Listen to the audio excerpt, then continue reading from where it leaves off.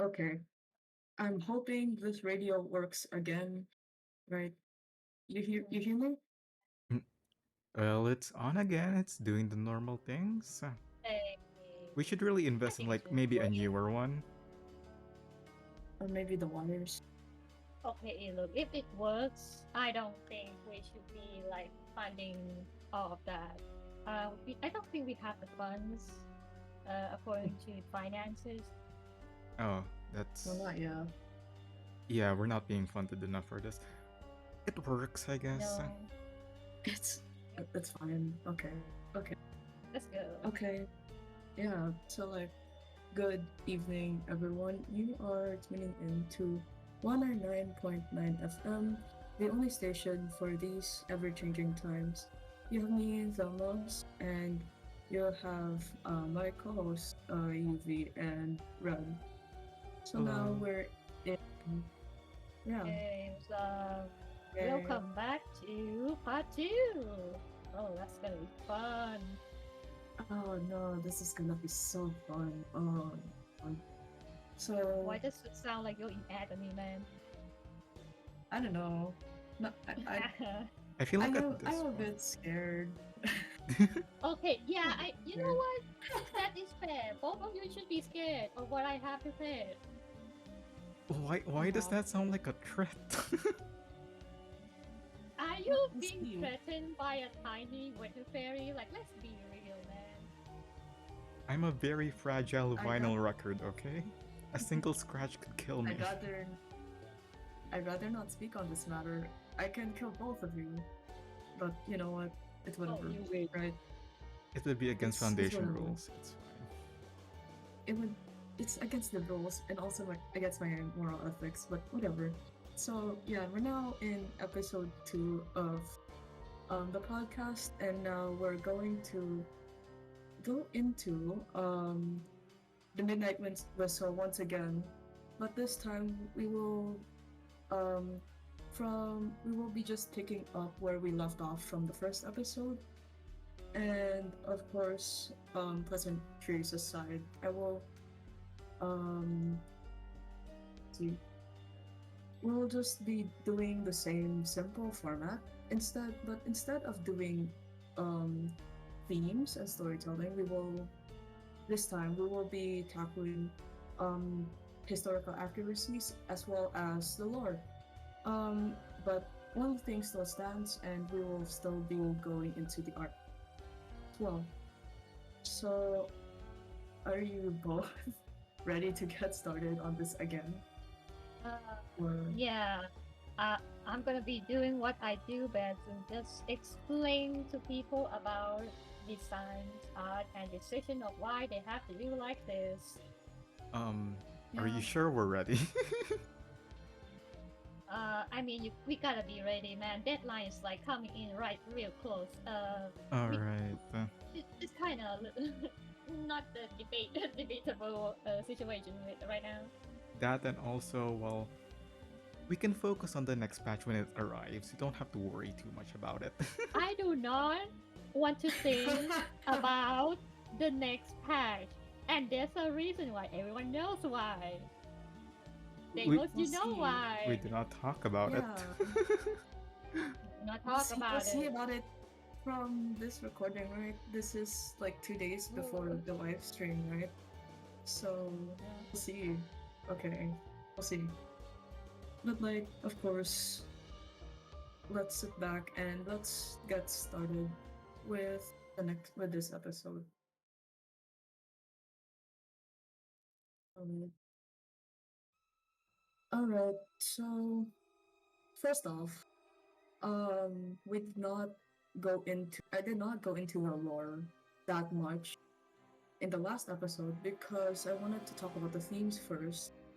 But um, in this in this episode, I will talk about the lore itself because um this set of characters are very important to like the main story lore and everything. Okay, so from here, welcome to the little lore spotlight. Here I will be focusing on heroes, Aima and Corvus.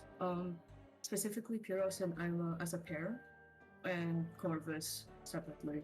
Okay, so we have to start off with Pyros and Aima because that's where I ended like last episode. So to our understanding, we have these two, and we know this. We know their uncle and niece, but we also understand that yeah, Pyros and Aima are specifically vampires, and but based on our previous understanding of vampires, we know that they are not the typical kind of human or arcanist, right? So they are considered as the beyond. And before these two, we only had Valentina as our only known beyond type vampire, but now we have them.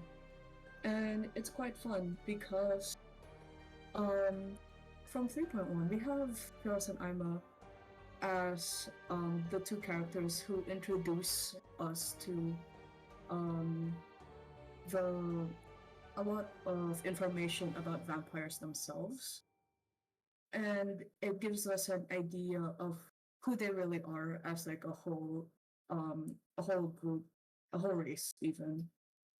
So from like the entire story we get like these little tidbits of lore, and we get like um different perspectives, right? So like prior to this, um what were like the general assumptions you guys had when we first encountered our first vampires, Valentina and later Samwise?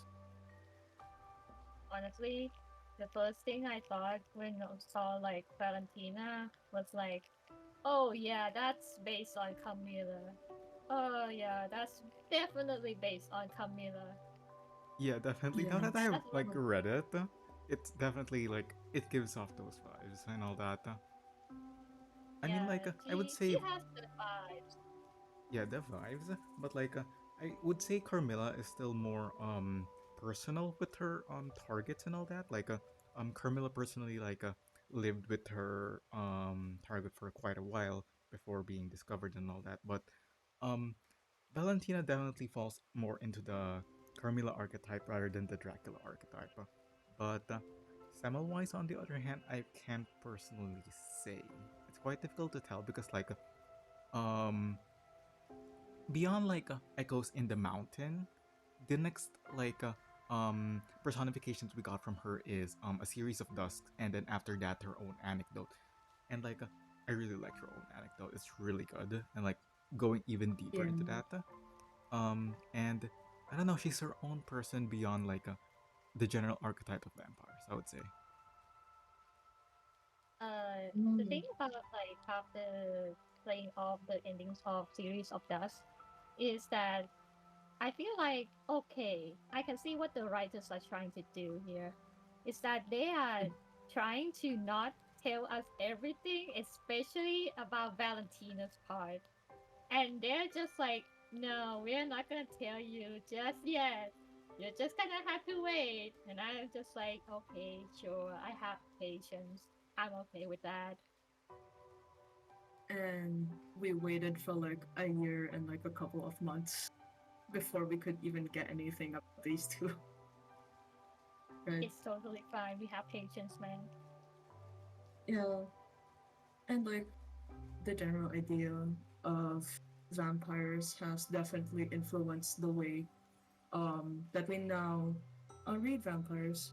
Well, I had to go through the trails again, and we can see like a bit of the difference between how vampires are like documented about from like the foundation side, which is really interesting because we only have like before this we will barely have like an idea of what vampires were besides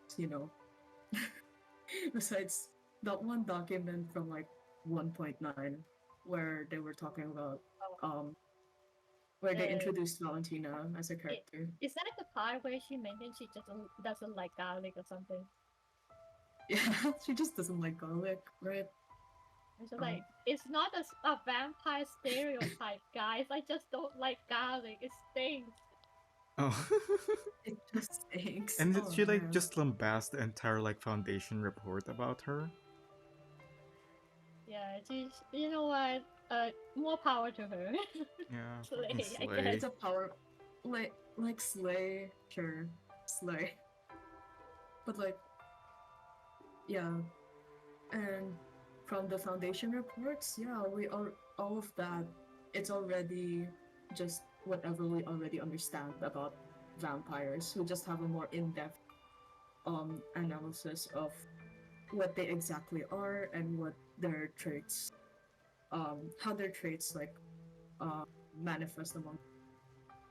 And of course we have Pyros as a pure blood vampire, but we have Aima too, which we now have like this understanding that okay, some of the beyond can like um cross with, I believe, humans and arcanists now. So because Aima herself is a mix between beyond and, I believe, a human. I'm not sure because It's we like, barely have any idea, right? I mean, like going by like actual folklore and stuff. Aima would be considered a vampire, not a vampire. Like a mix of like a vampire and human. Like a dampier. Yeah, Yeah, vampire. Is that vampire, how you pronounce it? Yeah, it's Yeah. a dampier. vampire. Goddamn. Don't worry, I Okay. only know this fact because of D&D. You know Oh what? my god, That is that valid. checks out. That checks out. You know what? So, but then yeah, um, from this right, we have from this specific trail, we just have Ima's little story about herself and how she came to where she is now. And we do find out that, okay, um, vampires are like very community oriented. They have like they trust in each other really. They have like a deep trust between each other that um, when the war happened, um, when Aima was hurt, Pyros like did everything to take her to Valentina's castle in, what was it called? Yuri, what was the city? What was the Uh, region called? I think it was in Germany. That's why Wasn't everyone was like tweaking out. It was in Germany. and we initially thought it was in Italy at first I because mean, of the mistranslation. okay, look, her name is Valentina. And I Valentina would is a think very she's European name. Italian. I mean, to be fair, it was like a mistranslation at the time, but Yeah. whatever. But now, yeah, our understanding of vampires has very much expanded from where we left off, like over a year ago. But at the same time, with our understanding of vampires being expanded, that means we now have a a very different perspective of how vampires are like treated, right? So you remember in like a specific stage, like after the boss fight, Pyros was like dying out in the sun, everything. Oh yeah. So, but then this happened. A voice called out to him, and okay, she, this voice offers something to him that he wants, a family. And vampires, again, they are very community oriented.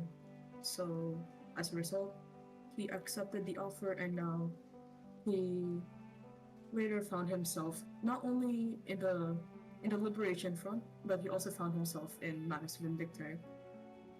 And Manus Vindictae, as we know, significantly influenced the way that Pyros thought, thinks about race. And from there, focusing on Pyrrhus, we have him being subjected to experiments because of Manus Vindictive, because of the vampire's very unique properties. I'm just explaining this like a teacher. I'm explaining it like you're all 10-year-olds. Okay, not 5-year-olds. 10. Okay. 10. Then Okay. that's like 5 plus. Okay.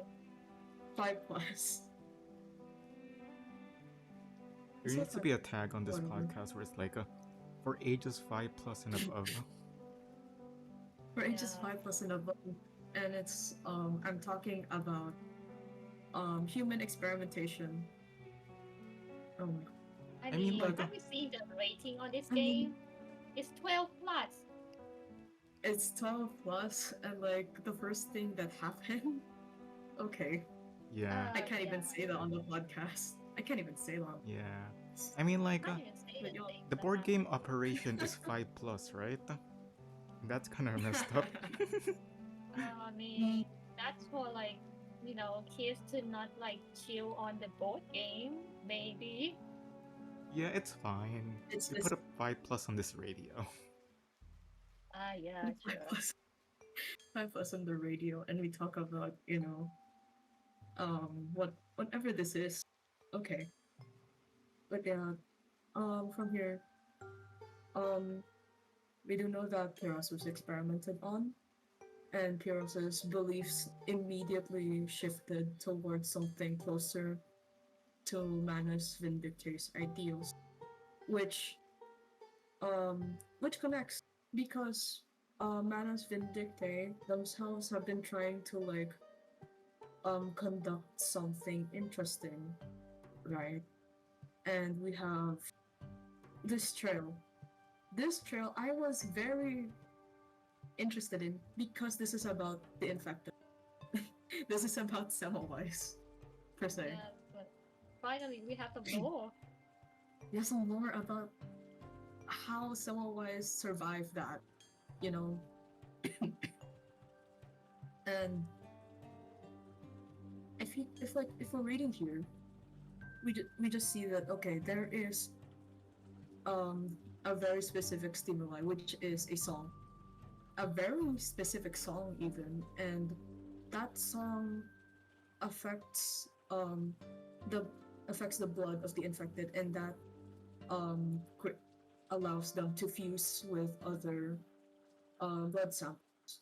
And from here, we see that from everything, um, they have been Manus Vitae this entire time has been trying to um, convert, I think is the word, convert humans into arcanists in one way or another by using the big. And they started off with um, vampires first, and we see how that ended. We see how that ended first. No, well, what is with vampires and songs? What is it with the beyond and like music even, right? Yeah, they're just like okay, with him communicating with music because language has some barriers. Mm-hmm. Some barriers, and we see that this experiment just later works in some way. If we um if if we remember series of dusks, we have Valentina infecting Semmelweis, and then Semmelweis going through it, and Semmelweis is then her transformation, her quote unquote transformation completes because of Lorelai's. And yet we still don't know jack shit about Lorelai. we don't Lorelai we don't is an entire can of worms that we don't talk about, and not there's a yet. reason why. Not yet. She Not yet. already predicted the future, man. We kind of don't have anything on Lorelai. She already predicted the flood, but like whatever, right? She predicted It's the flood when Vienna happened. Like we didn't even know it was a prediction. She just been saying stuff. God, something we about really need a soothsayers or series of whatever. Dusk Part 2, or like a Window to Other Worlds Part 2. It's so Yeah. overdue. It's so stupidly overdue. Like, some boys are gonna be sent to Vienna again, okay? Oh She has been sent to Vienna no. again. Oh no. Not She's gonna Vienna. be sent. She's gonna be sent in a third time, and we're gonna be just hearing the same voice lines over and over again as we play through it. Okay. We're just gonna be like, okay, Samwise, we need to send you to go investigate about a certain vampire. Samwise just gonna be like, no. She's gonna God, tweak not out. again. Not again. She's gonna freak out. She's going to crash out even, right? But yeah, this is on Pyros and Imus, right? We still have like this is like just the surface level of what we understand about the vampires, the beyond, and the beyond is like a whole can of worms that I will talk about in some point in the future. So like, if we get another beyond, there we have it. Okay, I but mean, like probably will. we probably will. But like we have to move on, right? We have to move on from this because I didn't want to make this too long. We have to move on to we have to move on to Corvus, okay? And we understand that Corvus had a reincarnation or like had an incarnation in that she had an original variant that was from before 1999, before the storm happened. And we don't know at what point did she like did she get reversed? Did she get killed in like some point in the era and got reversed later? Okay. But at least in our understanding right now, at least in our understanding right now, she was reversed and she now bears she is now who she is today. But like from what we understand in this previous incarnation, well, she was part of Atu, and she Hey, was it's my office. she had a Oh god. partner, a work partner. Okay, she had a I work mean, partner. okay, Oh. it's canon. It's canon partner, so you can just say partner. Yeah. No. We're You just have to not say explaining it's what the work kind. partner. Okay. Exactly. You cannot explain what kind because we barely have any idea what they are. Okay. Yeah, okay, look, I work at Atu and I don't know jack shit about their relationship, of course. Of course, you don't know anything about the chief editor of Atu anyway. Yeah, I work in the different department actually. Yeah. All right. Okay. So it is then established that okay they were work partners. They were work partners, but like Corvus, her Korean self, she has no understanding of this. She doesn't know anything. You know that Oh, rip Verity. she has no idea. Okay, and you know that the storm alters puts everyone's memories in the blender, so she doesn't know everything. Okay, she doesn't know everything. So unfortunately, they got divorced. Okay, they got like an indirect divorce. Okay, I need to ask, is this a divorce or is this being Verity being a widow? Maybe both. You know, it might be How both. did you become widowed and divorced at the same time? Like that took some skills. Oh my god, look at my ship editor, man. I mean, like, Look like it's look a at this world's chief first, editor. you know? Congratulations to her for being the first widower and also divorcee. Unfortunately, she's At not this getting any same time. alimony money. Oh She my can't. god. She has no compensation for this. I feel bad, but also at the same time, maybe I don't. Oh It's man. funny. Maybe I don't. With my history with her, okay. Maybe I don't feel bad. I mean, she kind of bullied Babushka there, so. She And we have bullies a reason. everyone. Okay, yeah, Everyone bullied true. Babushka. I bullied everyone except Corvus. But at the same time, everyone bullied Babushka throughout like Season 1, so Except Aima. Except Aima. except the gay half vampire. Okay, okay, man. She she doesn't want to, have a bad first impression. She wouldn't bully Rubushka. I'm as nice. She doesn't want any bad impression. She immediately puts on the engagement belt, dude. So Okay, like, look, so that it's, was so, a strong first impression. You need to know how to make a strong uh-huh. first impression. It's strong, but like, is it technically good? Is it a good thing or what? It's like That it's is it's like debatable. whatever. Uh huh. I mean, it could be a vampire culture thing. I mean, have you seen fucking Valentina? Like, it could be just like a Like, vampire culture thing. Like, have you seen like Valentina immediately just goes to Semwise like, "Hey, can you be my eternal companion?" Something like that. And it's just like immediately, like, don't you wanna, I don't know, take some time to know each other? No, I don't think so. This is like some vampire stuff. So like, does that make it Pyros is. like an incel or something? Oh my god, What? why? Well, Is it he's been because single he? for a while now. Okay, maybe that's a choice. Maybe that's a choice. Uh, Maybe that's a choice, or the alternate maybe. option is that okay. The alternate option is that Corvus is bisexual. Okay, and like told like three people at the same time, My God, she and divorced and everyone. she pulled too close into the sun. Okay, it's kind of funny. Um, like two of them are now dead, and the other she has no idea who she is. She has amnesia about her. Uh, It's kind of sad though. we there's a reason why we don't talk about it in Atu. God. What There's a the hell reason has why this Corvus conversation names gone to? Otto. The funny. And we need to make this a bit lighter, okay? Just so we need to poke fun at the chief editor of Atu, just to make things lighter, okay? Before get very serious, okay? Yeah, before I get to my part where I have to like do stuff, as in all this paperwork I have. Right. It's kind of funny.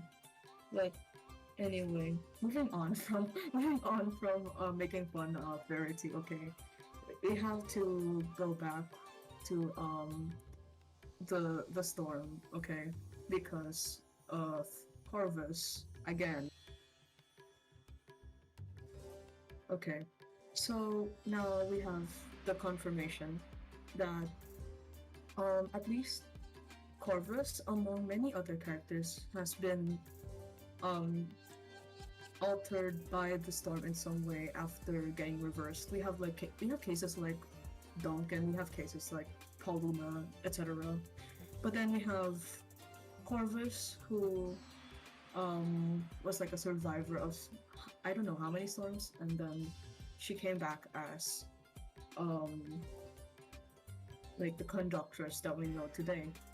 But but this at the very least further makes a point further proves like a very popular theory among the reverse fandom, which is essence theory.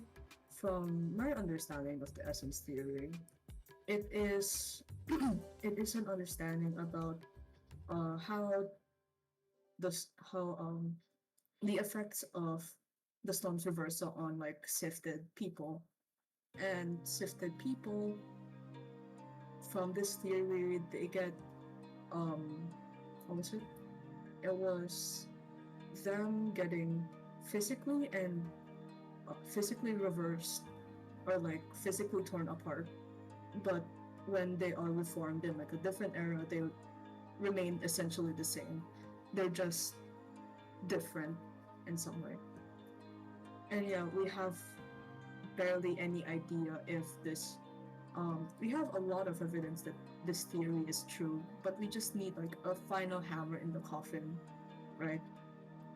About the circumstances of this theory and how it not only affects like just the Sith, not just like normal people who get uh, reincarnated into another era. We have to see a normal these quote unquote anomalies as well, like Duncan. But like we'll see in like a future patch. I don't know. We'll see, right? But at least Yeah. we'll In a see. few We'll times. see. I'll see in another patch. Anyway. But for now, at least the storm happened. Corvus was pulled into it in some way, and now at least at least now she is just a former soldier, and she is now the conductress. And after the storm, she is simply another arcanist in the Foundation once again. But of course, I will leave all the details about her being a soldier, or like at least how we understand her as a soldier to, to Red. Okay, I'll leave it from there. Yeah, that's essentially my part. How I feel about this, it's very short. I really mean it when I said it was very short. Okay, It's alright. It's because I alright. have, It's totally I, fine. it's It's a good 100% introduction. fine. You're warming up for It's a good like introduction. whatever's going to happen next batch in terms of the lore. We'll The see, law is but fucked up in that patch. Um, we know this. I don't. mhm. I have no clue. Oh, you're about to be surprised. But You're about to get. we'll die when it happens. It's fine. We'll cross that bridge when Really? we get I there. have I don't think we are gonna like be making like just two parts of like 3.2. We'll Not gonna decide when lie. it comes. It's fine. It's fine. well, But yeah. we'll see. We'll see. Okay. Okay. Okay, look, don't cut this out. Okay. I have to like emphasize on the fact that okay, people know me as someone who reads content in CN Yeah. In Chinese server. So like I have Uh-huh. to prepare all the topics in advance. I already have them prepared in advance. Yes. So like um the moment we get there, I am probably most ready about it just to talk about Oh all of that. god. Honestly, you But can take my hours because I don't want to go too much into it. I don't want to die. And it's just like, what character design? How about that? Besides that, I don't want to go into it. God. And it's meanwhile, my for ass is going to have to come up with it on the spot after like having to internalize everything first and then make a presentation about it. That's great. Oh, we have Alright. to process the entire thing going down, okay? That's hell right. yeah. But for now, For now, let's focus we'll on see Midnight through the Whistle next. and let's move on forward. With, Yeah. with Mm-hmm. Yep.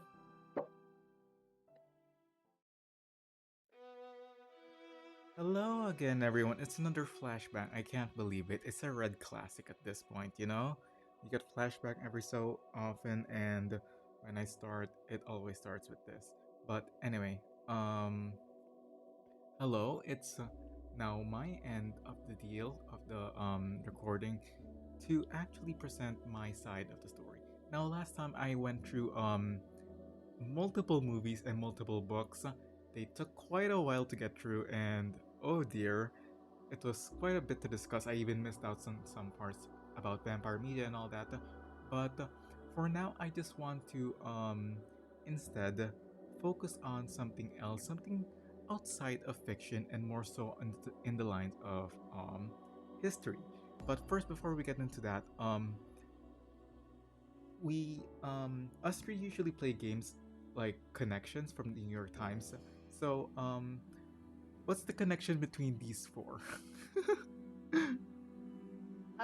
They are made up. Stop.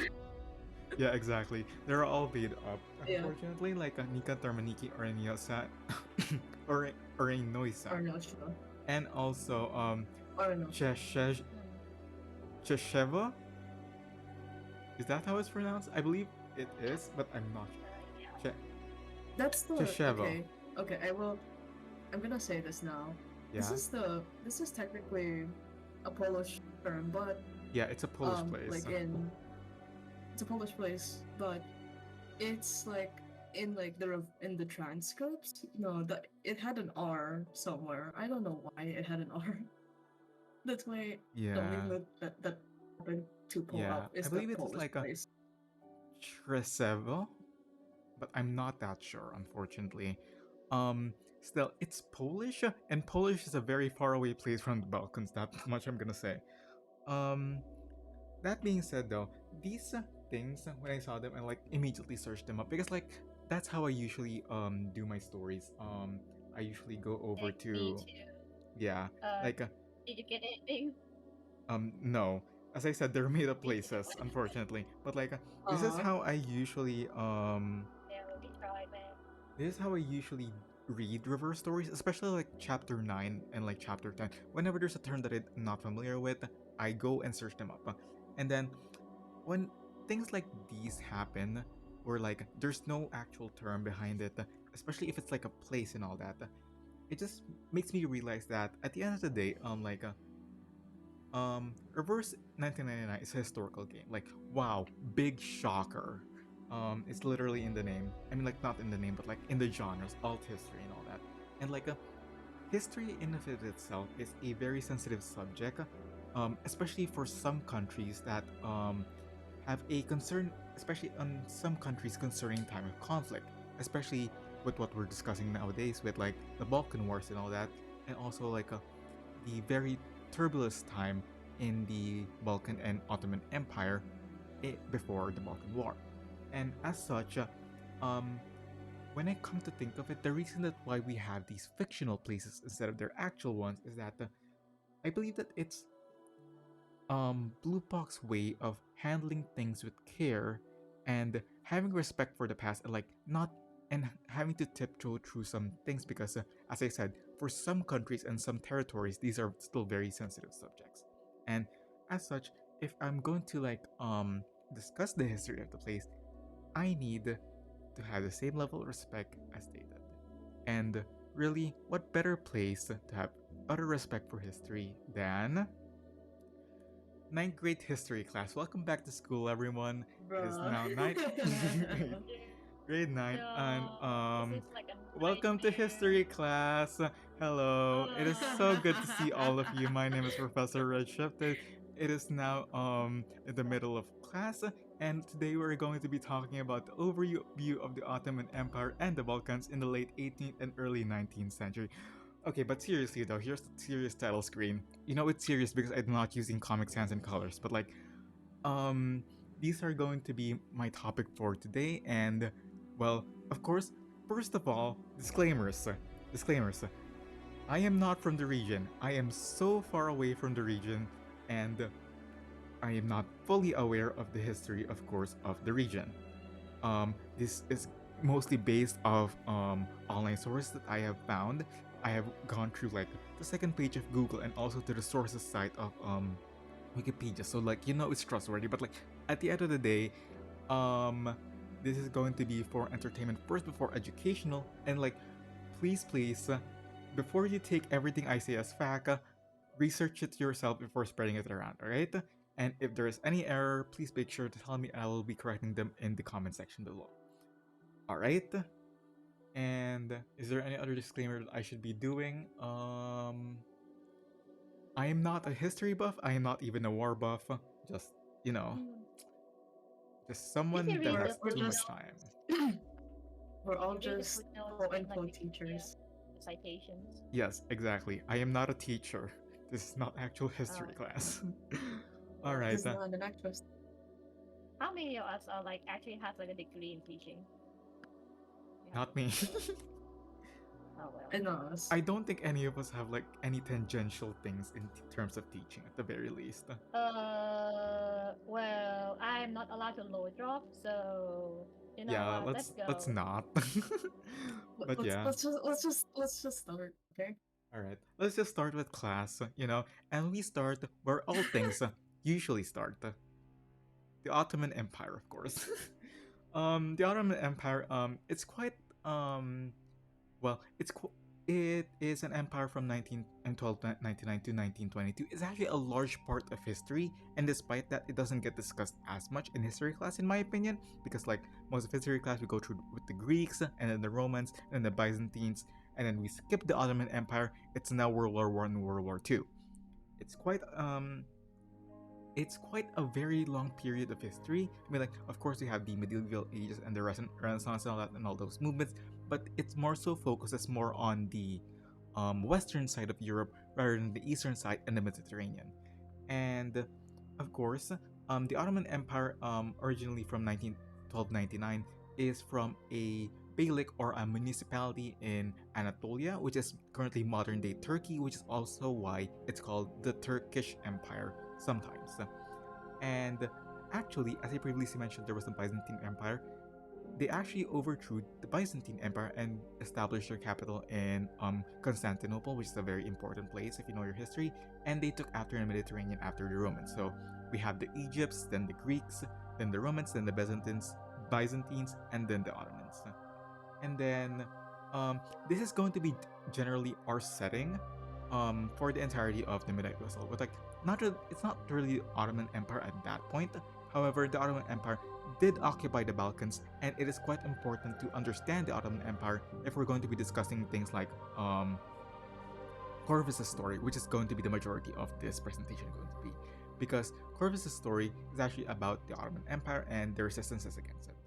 So that's very important to know. For the most part, the Ottoman Empire actually thrived during these many centuries, and it peaked in the 16th century, remained strong throughout the 17th and most of the 18th. However, throughout the late 18th to the 19th century, there then is when issues started to arise, issues that we could see over at Corvus's story, and one of those issues came from this. All right, definitions time. Malay. The Ottoman Empire established a form of governance called a Malay, which is it's a system or court of law wherein instead of usually just having a centralized rule amongst all their people, instead they have a confessional or a religious community given autonomy to be ruled by its own laws according to their faith and their religious leaders. So basically, the Catholics, the Roman Catholics, get to be ruled by their canon law and their religious leaders. Meanwhile, the Muslims get their own set of laws according to their own scriptures, and then so on and so forth. Orthodox Christians get that, and so on and so forth. Not to be political, what do you guys think of this ruling system? I think, this is gonna be interesting in terms of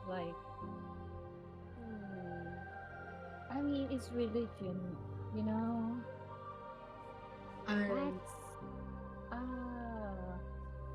I would make a imagine- joke, Yeah. but no lord dropping. Yeah. I would make a joke, but no lord. Oh. Oh.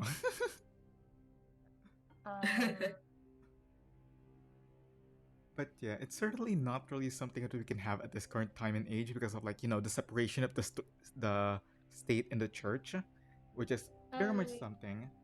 I feel like we can just go to look at, I don't know, Italy. Yeah, the popes with their popes battle and all that is what I'm thinking about right now. Yeah. It's just the cardinals, I guess. I'm not familiar with that. My religion is different, man. Yeah. Mhm. It worked for the most part of the Ottoman Empire, but eventually it was abolished. And well, all right, it's actually going to be history class. It's going to be question time. I'm going to be asking you guys a simple question, and I don't want you guys to send it immediately. I want you guys to send it at the same time over on chat, and then I'm just gonna read it over. But why was the Malay system dissolved? A. Previous bad government decisions. B. Modernization of Ottoman Empire. Or C. The French. Alright, just prepare your answers, and then when I say go, you can send over the message.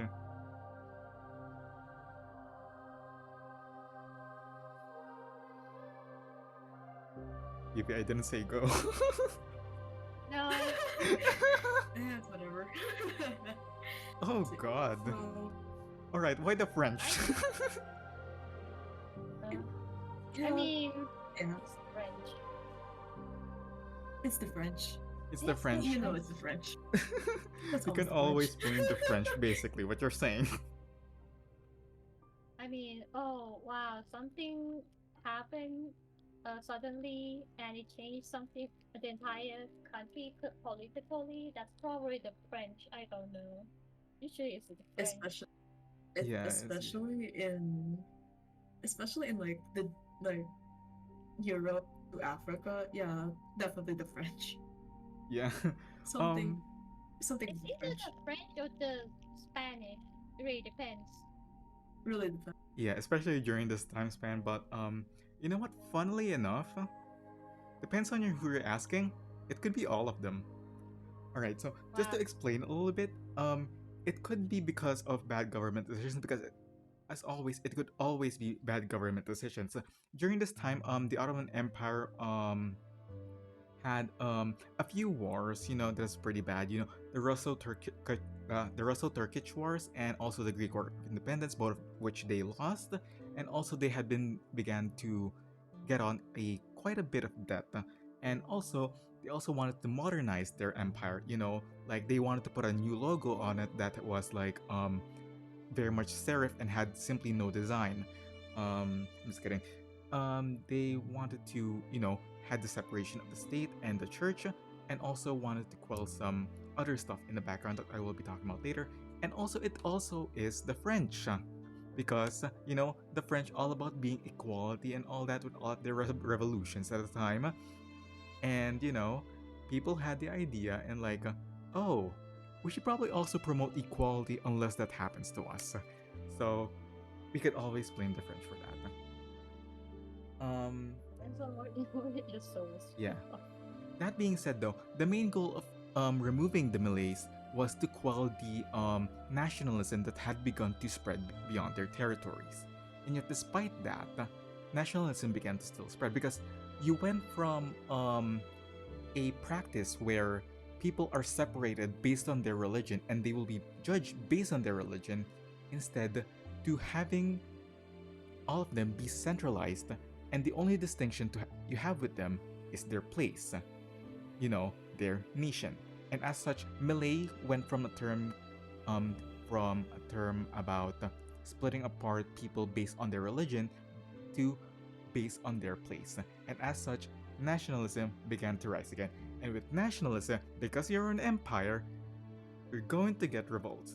And at the time, many revolts happened, surging from the Serbian Revolution 1804 to 1813, and then the second one in 1815, and then the Greek War of Independence, as I previously mentioned, 1821, and then we have the Herzegovina Uprising 1875 to 1877, and then the Romanian War of Independence 77 to 78. All of these have their own stories of their own, which unfortunately I will not be able to get through because this is going to be a presentation and I cannot spend all of that time, and also I am very stupid. I am exceedingly stupid and I will not be able to do any of these justice. But the most important one that we will be talking about right now is going to be the April Uprising in 1876, because specifically it is an insurrection coming from Bulgaria that is against the Ottoman Empire.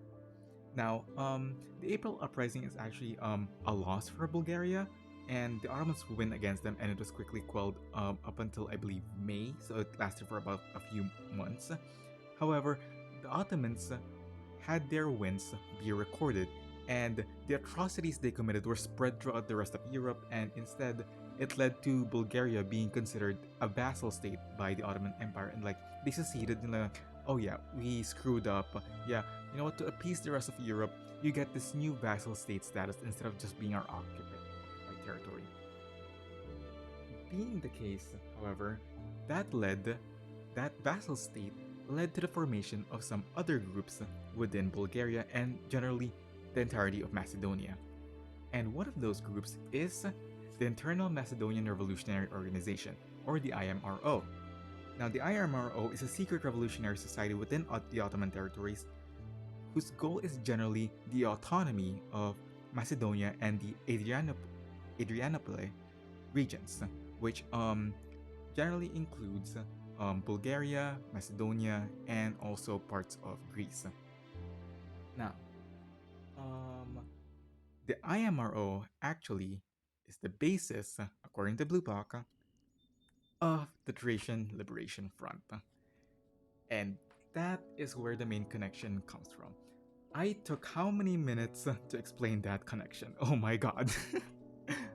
But yeah, the Thracian Liberation Front is actually heavily based off the IMRO and their action during that time, and you could quite tell from Corvus' story itself, like we want to be autonomous, we want to be free from the Ottoman Empire and the Sublime Porte, which is like the governing body of the empire at the time. And as such, they kind of copied some of their things, such as with their style of warfare, which is guerrilla warfare, which we saw during the battle stages, as well as other things, which I will be explaining later. But first, the Thracian Liberation Front, Thracian, it comes from a place called Thrace. Question time. This is why I had you guys like pull up MS Paint. I want to test you guys like geography. Where's Sure, Thrace? Bro.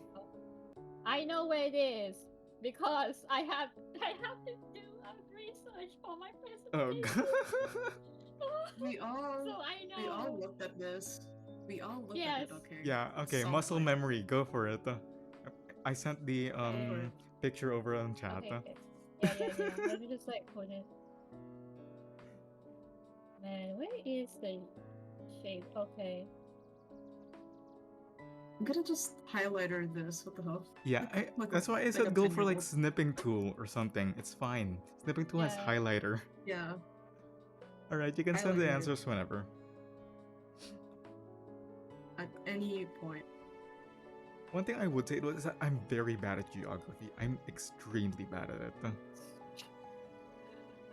Like even Weird. now, I have Wait. seen this map multiple times at this point, and I still cannot pinpoint where Trace is. Oh wait, it's too small. Shit. Give me a moment. Just the thing. Me using circles. Yeah. Okay. The only thing I could recognize just from this highlighting. image is like Italy because it looks like a going. boot. Yeah. Yeah. I Text- see like Macedonia, Albania, Bulgaria because I remember researching about the bats, and also seeing Serbia. God damn it! I should have removed the borders. If you Should've don't removed have the more. borders, I would be having trouble. I've been That was the kind. point.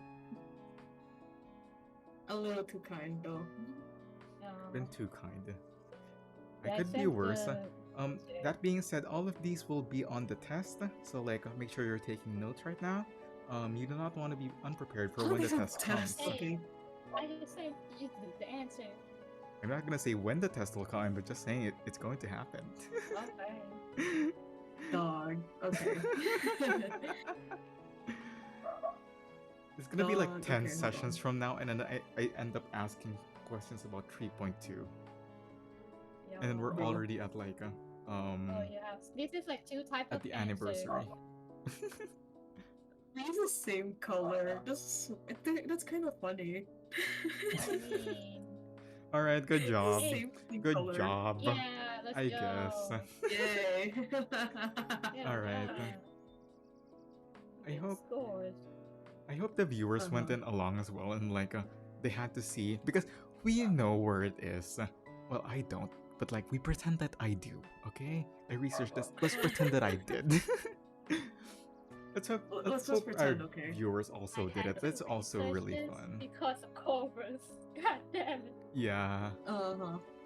I didn't even know I'll Trace have was a a- thing before like this patch. To be completely honest. I know it was a thing because I played Fire Emblem with a Thracia and for it, like one of the places Fire in Emblem. Thracia. But yeah, Uh-huh. I'm just going to paste both of those in the when I'm editing it over. But yes, is the Thracian Liberation Front, and as I said, both of them take qualities, not both of them, but like the Thracian Liberation Front takes qualities from the internal Macedonian Revolutionary Organization, and as I previously said, that is comes from military tactics such as using guerrilla warfare, and also it also comes down to one other thing, and for that we'll need to come back to one of the places I mentioned earlier, which is Termaniki. Termaniki. It's a fictional place, but it actually has. I feel it is a guess. But I think I have enough a position to actually prove something. But I believe that it is based Alright, off yes, of sir. Thessaloniki in northern Greece. It is the capital of Oh. the decentralized administration of Macedonia and Thrace. And the special thing about Thessaloniki is that it is actually where the IMRO first started.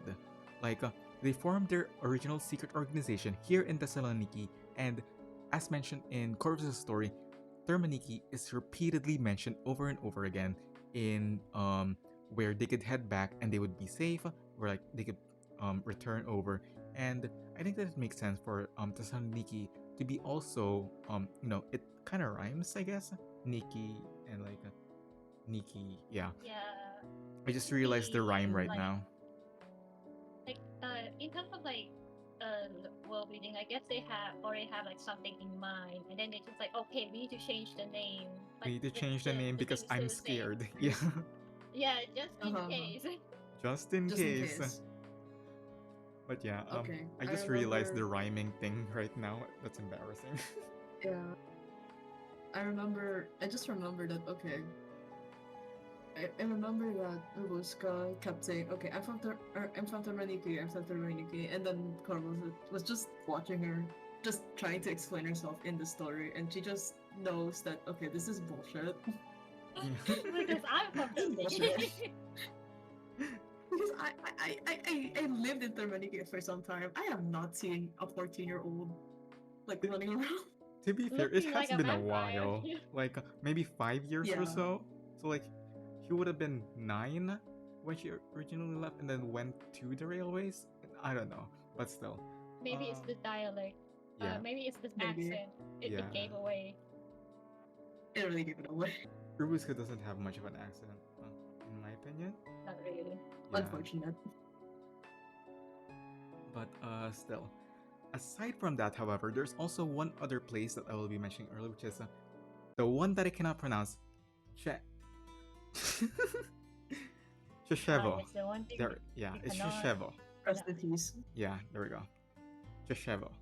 And for that, we will have to go through a bit of Corvus' story. So first of all, let's go through her birthday letter first. So her birthday letter, I can just simply summarize it for now. She doesn't know her own birthday. She doesn't know her own birthday, so she just chose a date for herself, and she can't think of a better date than August the 2nd. And in addition to that, over at Corvus' story, there was a section over there where Nusha, Captain Nusha, just simply announces that they will have a final assault on August, and it turned out to be quite disastrous, I guess. She lost her life there. Oh, Anyway, that's one way to choose a birthday. yeah. Oh, no. So That's August 2. You know, I just saw my Oomfies die. Birthday. I mean, I guess it's a death of Igrika and a birth to Corvus, I guess. Yeah, I guess you I could take it guess. that way. That being said, though, Like, she did Corvus also or- mention that when the first batch of deaths happened over at Christmas Eve, like I can't feel the warmth of Christmas Eve anymore. And then now Oh, with like a man. new batch of deaths, oh hey, birthday. Birthday. hey, now she's enjoying Christmas with her two kids. That she's basically a single mom with two kids. Yeah, like she can go At least she enjoy had her a life happy now. ending, right? Yeah. But that being said, August 2, if we are to believe that Nusha does refer to that August as that August 2, and if we assume a little bit from the years, there is one event that happened in 1903 that is very important to Bulgarian and Macedonian history that happened at that time, which is the Ilanden Prizovrazhny uprising. I think I butchered that. For now, I will be Oh, shortening it that's to the serious. Ilanden uprising for the sake of my for the sake of my pride, and also I'm very sorry, I really cannot pronounce that. But the Illidan uprising is a very important point during the time, which is it's a set of uprisings at different areas. Of course, we have one of them in Illidan, followed after by a set of uprisings in other parts of Macedonia. But the important part over here is that um, it led to quite a strategic victory in some parts of it, and it is now considered to be a day, specifically August 2 is considered to be a day in Macedonia and Bulgaria that they celebrate as a um, as a symbol of unity, as a symbol of their cooperation and their fight against the Ottoman rule. And well, the uprising is considered in Bulgaria and North Macedonia as the peak of their nation's struggle against the Ottoman rule. In Bulgaria, it is considered to be a general rebellion prepared by a joint revolutionary organization of the Bulgarians in the Ottoman Empire, with a common goal of autonomy in the Macedonia and Adrianople regions and later unification with Bulgaria. So basically, the IMRO played a huge part in this battle, and um, in one part of Corvus' story, they said that yes, they won the city. I mean, the town or the city. I believe it was town. They won the town that they were trying to siege and attack at the cost of Nusha, of course, but they only held it for about 5 days, and that actually mirrors another historical event. And specifically, I'm talking about the town of Krusevo in North Macedonia. And this is where I draw the parallel between Sheshevo and now we have Krusevo. So, yeah, rhyming things once more. So, I'm not claiming that it's actually the thing because I, don't exactly have proof, but not exactly have like a concrete proof. I haven't talked to the developers, unfortunately. But this under town that is caught in the Illidan uprising and for a while the IMRO actually won the town. They had full control over it, and they even established a new council and a new republic in there called the Krusevo Council and Republic, but it only lasted for 10 days. Similarly, Corvus had control over the town for 5 days before losing it once more to the Ottoman rule. And then aside from that, what else do I have? I guess from that, if we consider the August 2nd to be actually the date of that event, we can now form more or less a timeline for Corvus. She joins the Thracian Liberation Front in the 19th or 20th, early 20th century, which makes her about a teenager at the time, which is like about, I want to say 1997 onwards, maybe. And then we had, of course, the push at Krasevo and the death of Nusha in August 2, 1903. And then we have the burning of, and then her burning in Cold Steel Part 8 in 1906. And then she self-appoints herself as the Danube Dawn Constructress in 1909. And of course, the events of the Midnight Whistle in November 1912. Now, I have talked about Khrushchevo and I have talked about Termaniki. Now there's only two left, which I believe is Orenoisa and Ika, I think. Nika. Yeah, Nika. Yeah. And I don't really know how to discuss them, so last question time of the day. Orenoisa comes from the Greek word orenos, meaning place or Oh, location, I already know this. mountain or mountainous, conflict or snow or snowy. Okay, do I answer right now? Don't answer Or just, yet like, because you think? already know it. Oh, This is the okay. hard part about coming up with questions. Like, I had way easier questions before, and the thing is, I thought, yeah, Yubi would know this. Yes, I would. Yeah, I'm gonna have to This make it harder one- next time. I'm gonna remove borders next time. No. I'm not a geoguesser without borders. I'm just actually going This to one I pull don't up a know. picture from GeoGuessr and I'm just going to paste it in the presentation. I'm just going to say, find this. Where in Paris is No. this? No. Not the blind geoguesser. Oh man. Alright. Deimos, you could This go is and the submit first. this is the one question I actually don't know about. I did not Oh. look this up. So Okay. okay. You want me to say it? No, no, not yet. let Deimos answer first. Let me think over. Let me think over my answer. But like in between this, I want to also mention, right? Yeah. Before I give my answer, I did do like a brief calculation before the podcast.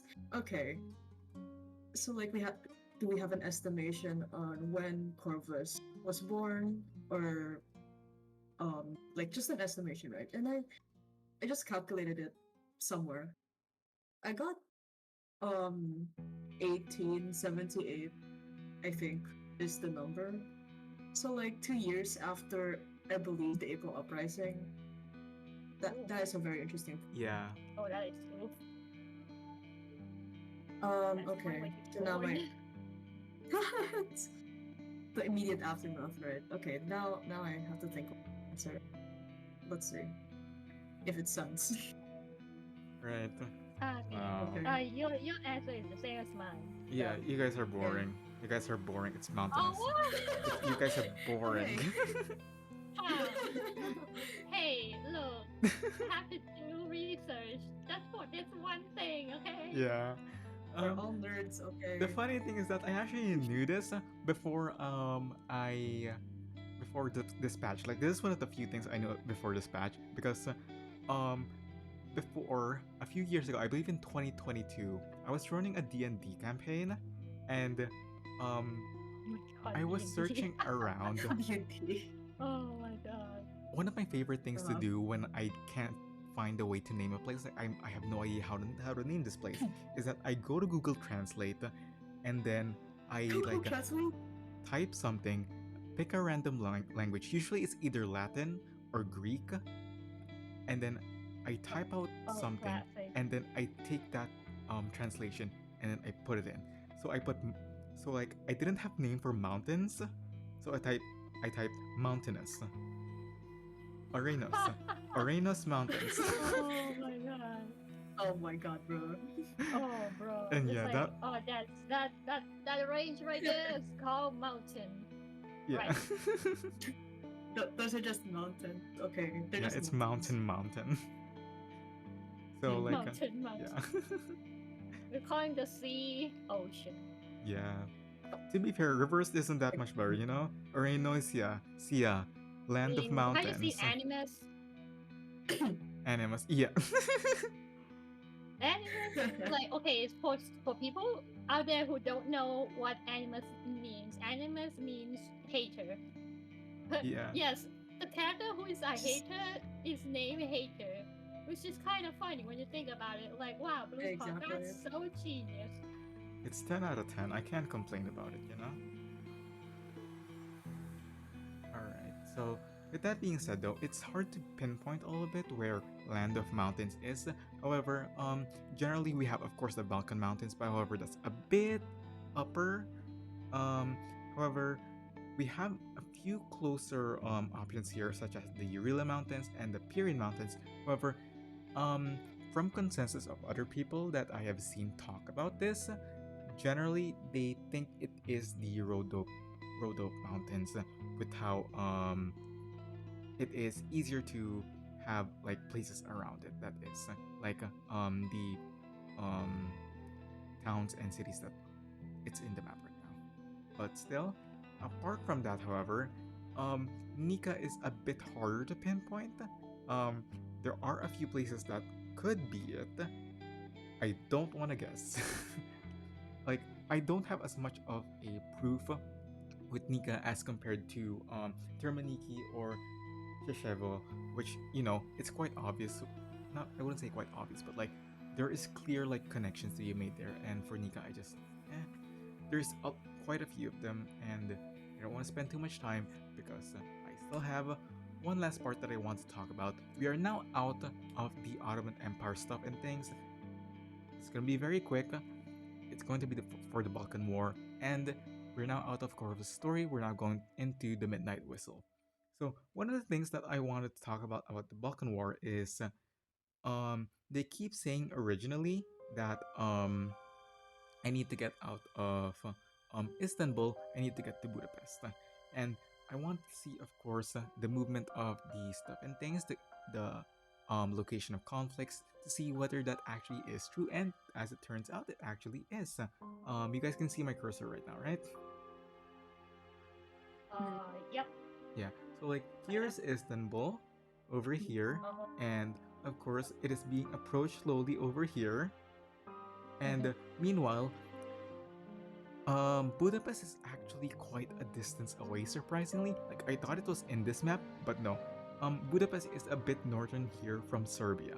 So it's actually over here at the very top. That's So kind of quite far a away. distance away from all the actual conflict. So like if you're listening to this, dear listeners, and you're currently being stuck in the First Balkan War and you're currently in Istanbul, I suggest Budapest. I actually haven't been there. Uh-huh. But yeah. If the train went to over there, how many days they just like live on the train? That's kind of that's really far away. Yeah. And like at the time, like 1912, like trains are, well, as compared to our current standards, of course, like they still take a while, but they're still the fastest method of transportation. I mean, like there's planes, I guess, but the common civilian would not have access to that. And then aside from that, one last thing that I wanted to touch on that is about the Balkan War is this. It's like an immediate connection when I first saw it, but this is letters found in the cabin. It is part of Corvus' second story, unlocked at 40% bond. Basically, I just want to focus on this part in particular. When Snowmelt, this part in particular, which is we lost a battle at Edirne, but I made it out alive. I was specifically looking at the battle at Edirne. And the Battle of Edirne, there's actually quite a few things that might refer to it, but Edirne is a very special and important place. I previously mentioned like the autonomy of Adrianople. Adrianople. There we go. Thank you. Why am I saying it Noble? Adrianople, which is quite a part of Macedonia, and it has been calling for its autonomy ever since like decades. One of its names is Edirne, and there is a Battle of Edirne in 1912 to 1913 called the Siege of Adrianople. And actually, this is one of the most important moments in the Balkan Wars because the Siege of Adrianople led to the end of the First Balkan Wars. So just the sheer mention of it just took me back for a bit, and like I don't know, I guess I'm a bit impressed that like sudden mention out of nowhere, and it's like hidden behind a second story of a character that people barely read. So I just want to share that out there.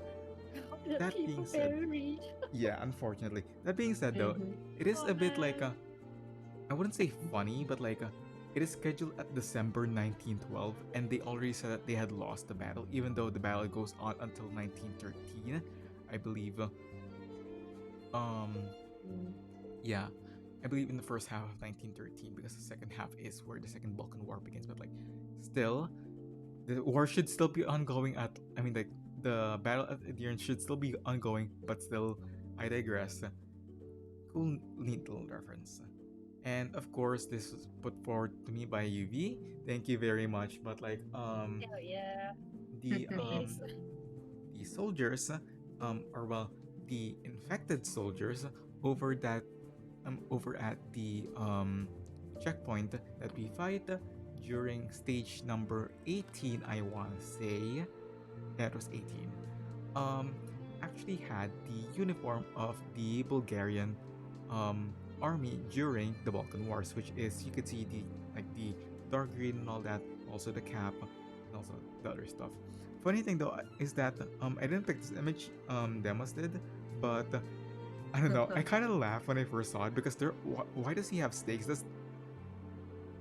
It's like, does the universe know that we're tackling a vampire story right now? Oh no, no, no.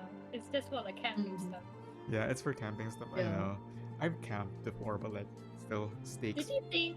Do you think it was like stakes for like vampires? Really? Are you sure? Those Like, were vampires? there were Or- actually It- vampires in the Balkan War. This is the fact. I mean, Oh my god. I am there your were history weird class teacher, and I am telling stories. you that. There were Hey, weird stories in the war, you know. Yeah. But yeah, like aside from that, that ends my presentation for the day. Thank you very much for listening to my lecture. I know it's a bit long-winded and I info dumped way too much. I'm gonna be completely honest. I was not completely prepared for this. I started like compiling everything like a few hours ago, but still, thank you very much for listening to my lecture. This has been a brief history of the Ottoman Empire and the Balkans during the late 18th and early 19th century. Oh my gosh. It's quite a lot, Hell honestly. yeah, let's go. Uh-huh. Like, I genuinely Oh at my. first, I did not expect to be, number one, tackling everything that I did right now and tackling it in a way that, I would say makes sense. And in addition to that, Mm. when I originally like research, I just kept on getting deeper and deeper and deeper. Like, oh, I'm just gonna talk about the Balkan War, sure, why not? And then, oh right, IMRO, I'm just gonna do that. Oh, and Trajan Liberation, let's put Trace there. And oh, what do you mean? There's like a, I could go even Yeah, further Trace beyond. is like a can of worms, really. Yeah, Oh, Trace is another okay. can of I worms think- I didn't want to get into. Don't worry, I'll do it. Thank you for your We'll see sacrifice. to it. Alright. We'll see to it in a bit. But, you know. Yeah. Yeah. Now let UV take the mic because I'm scared and Oh, yeah, We're both everyone is scared. scared. yeah, We're both scared. you've been telling us for a I while think now that like we the should prepare. listeners, But the yeah. listeners are You should- also afraid because some of them I already warned them that there's a lot to be discussed. I know I am an artist. I talk about designs, but it's also part of designs, and that means the narrative. All right Go then. away. Let's Let's switch go. screens over and see Let's what see. you have. Well, we are back. After we delve into the lore, we delve into the history side, and now we are back to the game. And also, Oh. most importantly, the visuals. Not too much on the visuals for part two, but a lot of consideration was made in creating what we have now. Now you can see my screen. That is the interface for the the events Midnight Whistle, and there's a reason why I put this here. Sorry, because you will be needing this. I think like it's been a discussion in global when they first like play the event was this, and it suddenly is a side scroller and not like the same map on a chess piece style. Yeah, it's a cool choice. Like it feels like you're moving from carriage to carriage to carriage and all that. Yeah, it It's a feels like really a good dollhouse, service. isn't it? Yeah, a Yeah. little bit. So like, so like, there's so like what I want to talk about is that I really like the choice of the interface, the background for the event. When you play it, like instead of like a map, we get like something like this, and this actually has a reference directly to Murder on the Orient Express. We are going back to Agatha Christie Oh again. god, we could never They even escape get- Poirot. We're never escaping Yes. Poirot. Uh-huh. We are never escaping the old lady. Like this Mhm. is a reference to Murder on the Orient Express, but the theater version. You see, the theater version of Murder on the Orient Express has the setting in like a cut off train. So you can see the passengers and the characters in the novel talking and walking and sitting, and basically you can see what is happening inside of the train. So like I thought it was like a really neat reference. They could have just like made like a map. It could just like make a map of like a train in a map of a train with like mountains and stuff, and it could just be like something like this, like in terms of like Yeah. UI Visual. design wise. Yeah, it could just like be like a map or like train maps. But no, they want to do it in the theater way. And I think that that is a very neat way of like changing the scenery a little bit. Yeah, it's a nice change of pace, but like, God, these nerds. Yeah, there's They're someone out there nerds. who went to the theater Yeah. place. Like, I wanted to say that like I'm a pretty big Christie fan with like how I have a few of her books and I read like some adaptations and all that. But no, these guys had to go for the theater play. They're They just don't like, have how about we go to theater play? How about we go to other adaptations of Prestige? How about that? And they're just like, you're gonna put all that in the game? I was like, yes. Oh, Yes, and okay. we're going to force three individuals one day to talk about it on their podcast. It's gonna be Uh-huh. me talking about all of that in this event because of one character. Actually, Because two. um, Okay, so like I'm gonna close this eye down and talking about the design of the Danu Dawn because much like Corvus splash art that has the Orient Express in her splash art, but that is actually not the in real life Orient Express.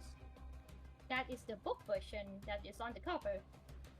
The one that you see, the Danube Dawn, is actually based on, yes, the Orient Express Budapest to Paris back in 1931.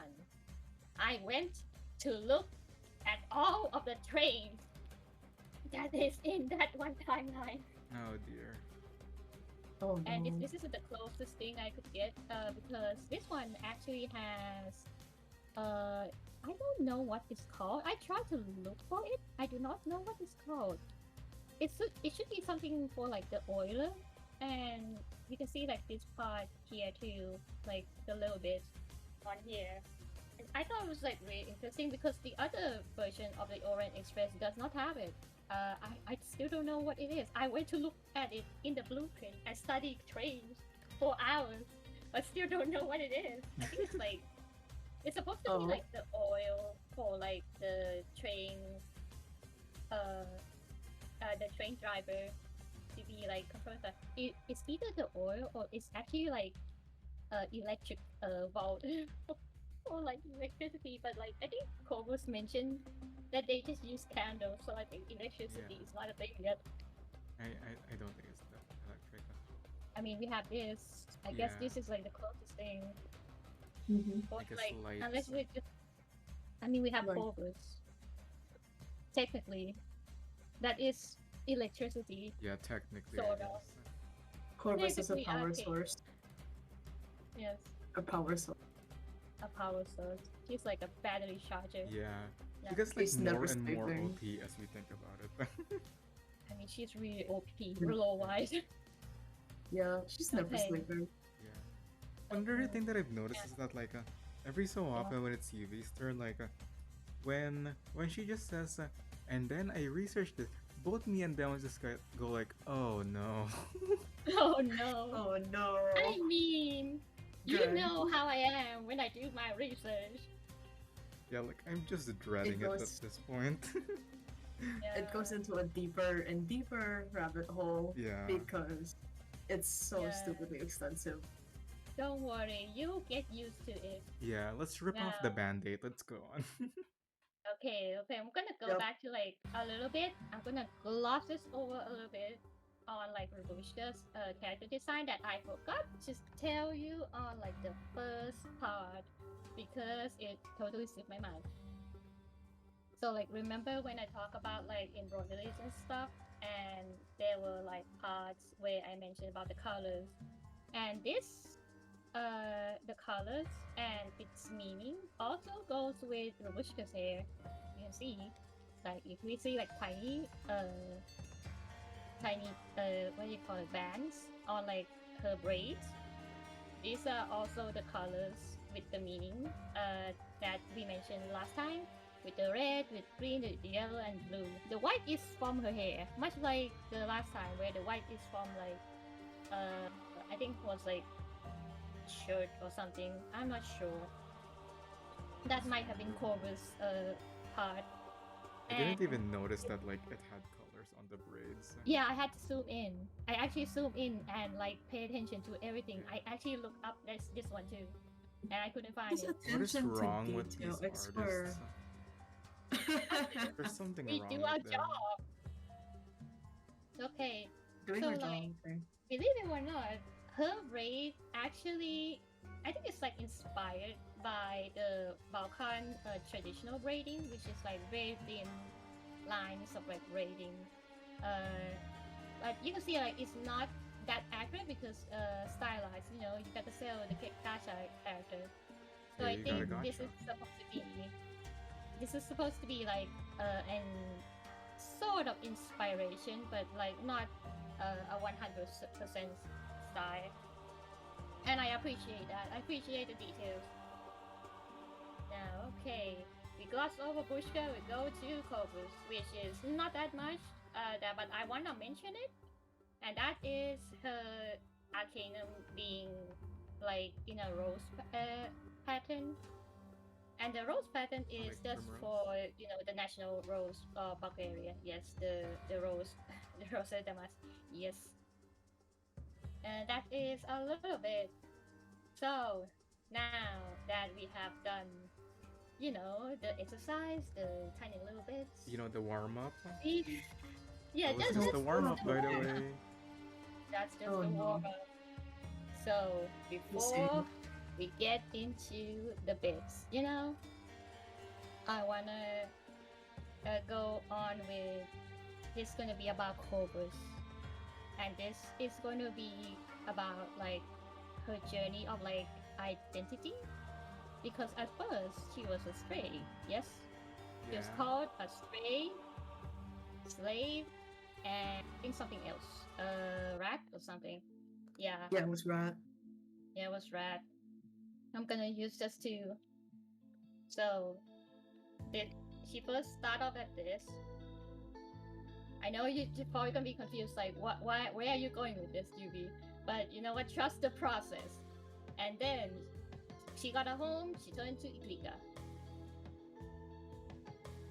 and then eventually, there comes the burning. The burning happened. Iglika turns to Corvus, that we know today. So you're gonna be asking me like, okay, Yubi, what the hell are you doing? And that is, have you ever wondered why Corvus, like Ulimo, is a vulture instead of like, a Corvid, Bro. a Pro? Yeah. So like this, turns out there's a reason for that. And I went to research on like, okay, pros. Maybe like it's a specific pro that is like related to the story? No. Is it something about her character design? No. It actually is about her character story. If you remember, in her character story, she's met with the Trajan Revelation Fronts, and there are characters called Shepherd, Hydra, and then there's Nusha also. And if you remember what happened in the first time that they met, is that Nusha ordered Hydra to go fetch water for Corvus. So when that happened, it clicked to me that wait a minute, this is a reference, a direct reference to a myth the myth of the Corvus constellation. So, okay, hear me out. Let me Huh? cook. All right, Yes, let me cook. continue. Okay. So, like, you need to understand that this game is in reverse. So everything that is in like the concept might be in reverse also. In the original myth, Apollo ordered a crow to go fetch some water, and that's why there's like the cup here. And that's why there's like the cup here next to like the crow. Go fetch some water and from the river, so like Apollo can like drink the water. But the crow got distracted and went to like eat some pigs, and instead caught like as water snake, a hydra, back and said, "Oh yeah, I couldn't go and get the water for you because this one snake was like in my way." And Apollo immediately see through the lie, and they were all tossed into the sky as punishment. The hell did the snake Uh, do? Bruh. Yeah, no, the snake was just there, man. The snake didn't do anything. They were just there. So like that is like the story for like the constellation for like Corvus.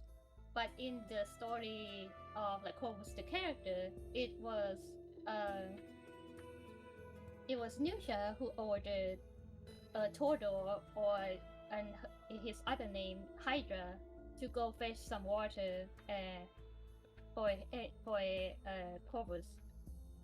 So yeah, there's also like another thing to like mention is that Shepherd is also a constellation.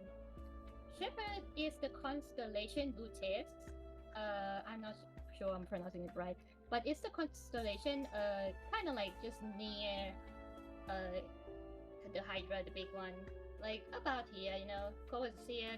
This is the cup of water, and that's like Hydra. Yep, it's like just here. You're just So the nearby. character of the Thracian Liberation Front are just Oh. constellations. Yes.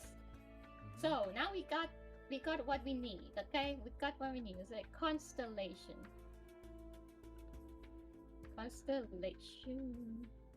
Don't mind my handwriting because it's gonna be a lot. What was the constellation? And then I'm start thinking, okay, so there's a reason why she's named Corvus. Then what is like the decision that made the devs and the writers turn to like, you know, having Corvus has like a Udimo as like a voucher that is very specific, because like there's like not that noticeable vouchers in Balkan, even though I did go and look for it. It doesn't really match. Yeah, I But was scared for a I second that you're forgot. going to say that like there's only 35 vultures in all of Europe No. and 33 No, I would refuse. Here's the thing: when I went to read about her Udimo, it's mentioned that it's actually in Oromisia. So if I were to be looking for a bird that is in a fictional country, I would be looking for something that is something close to fictional. And with Corvus constellation being one of them, being based on the myth, I started thinking, do we have one? A vulture constellation? And I was like, went to Google it for it, and turns out there is a vulture constellation, but the name is not about vulture. It's only shown as a vulture on the maps, and it's the constellation of the Lila, or the constellation of Orpheus, son of the Thracian king. You see where I'm going with this? Oh, what the fuck? Okay. What the So fuck? technically, because of like being the constellation of Orpheus, son of the Trajan king. What was the Ocris? I think it was like Ocris or something. That was like the name of like the Trajan king of the Trajans. If we look at it in like the narrative of the story, the Trajans we have is the Trajan Liberation Front. King of the Trajans would be Nusha, and Corvus, who has been taken in by Nusha, would be Orpheus. And did you know that Orpheus means stray and slave? Orpheus means stray, slave, and orphan.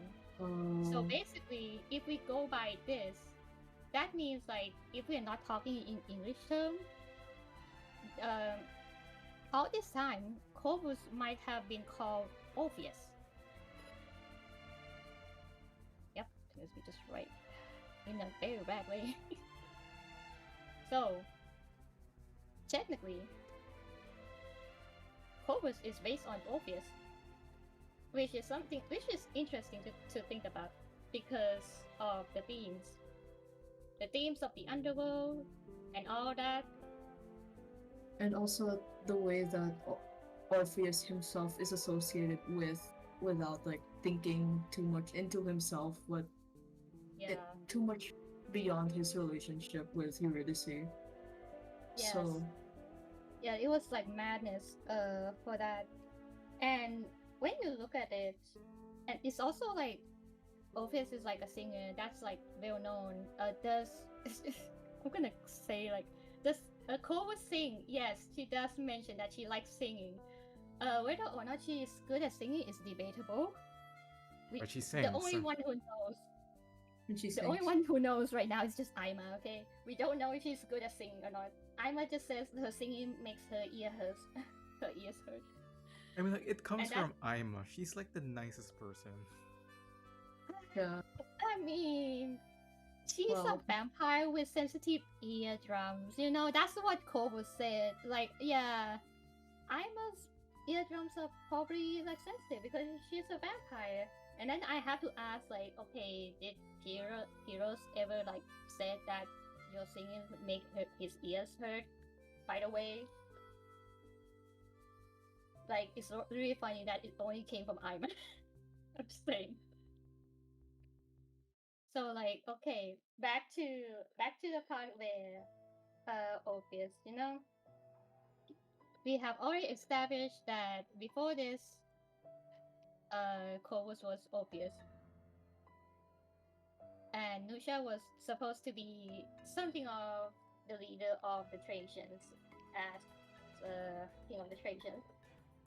And in some of the myths, Orpheus' father could also be Apollo, so this would also go with the Corvus constellation, where Apollo ordered the crow to go and fetch water.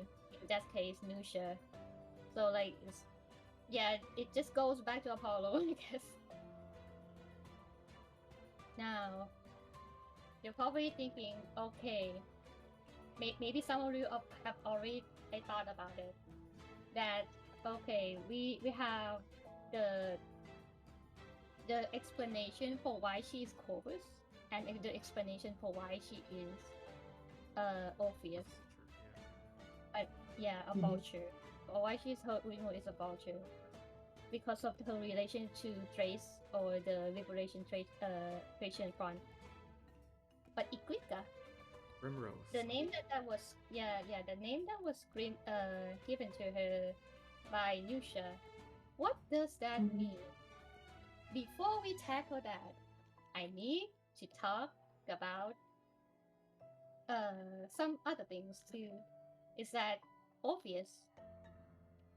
This is an important thing. If Corvus is Orpheus, as a writer, you would be wanting to reference that one thing about Orpheus. Everyone does it. You know what it is. We're just don't look back. And it's just like it's always about Orpheus and Eurydice. That's like the one tragedy people will just go back to. And yes, Oh my I will be god, yeah, doing it. I was Oh waiting to no, see of her, god Everyone damn was it. like course. waiting for it. I was like, Yeah, I was, yeah. Yeah, yeah. I was yeah. like, I was Everything just about the like banner waiting now. for this to happen. I was like, okay, look, this makes sense. Like this makes so much sense. I'm not talking about the green and the red. That was a coincidence. I didn't think about when I put it there. that was a coincidence actually. Oh man. So like, why is why is this to consider Orpheus and Eurydice? Besides the fact that we have already established that Phobos is considered to be Orpheus due to her Ujimo being a vulture, and other elements of Orpheus. Well, we have to go back to the only time they interact. That is the last, like, stage of the event. You remember that in the scene, Clovis realized that someone was there and ordered for that someone to come out. It was Verity. And the first thing she said was like, "Oh, you still have sharp eyes, just like before." She like start talking to Clovis as if Clovis was the previous Clovis, the pre-storm Clovis. She already knew that Clovis is not her partner, yet she still approached her anyway. So like we have to think like, why is that? Why would you do that knowing that you would go to this person who doesn't even remember or know you, and then you get hit in the face with, "Do I know you?" That's gonna hurt. That's gonna hurt a lot coming from someone you consider a partner, someone consider you like you cared about and really trust. But the real question is, I think the real question is, can you really stop yourself from doing so? Think about it. I want you to think about it. Imagine yourself in Verity's shoes. You lost like a bunch of co-workers, friends, your partner in the storm, and you have to suddenly pick up the pieces and try to be like the voice of Pandora Wilson, just so the company you love can continue existing. And then suddenly, all of the sudden, unplanned, you met with your partner again, and you know she's not your partner. You know from your sources that this is a reincarnated version of your partner. Like really, if you were in Verity's shoes, you have lost someone you care for, very much care for.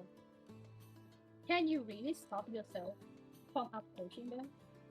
From like this is like the same situation with Orpheus and Eurydice. Is that people like I know a lot of people say that Orpheus was like stupid for like turning around. An Orpheus that does not look backwards is not an Orpheus that would go to the underworld in the first place. True. Like that's the thing. It's like if you were Orpheus, if you were Verity, if you were someone who experienced loss and suddenly the person you lost appeared before you, it's a doomed situation. You cannot do anything but to turn back. You cannot do anything but to approach them and talk like nothing has happened.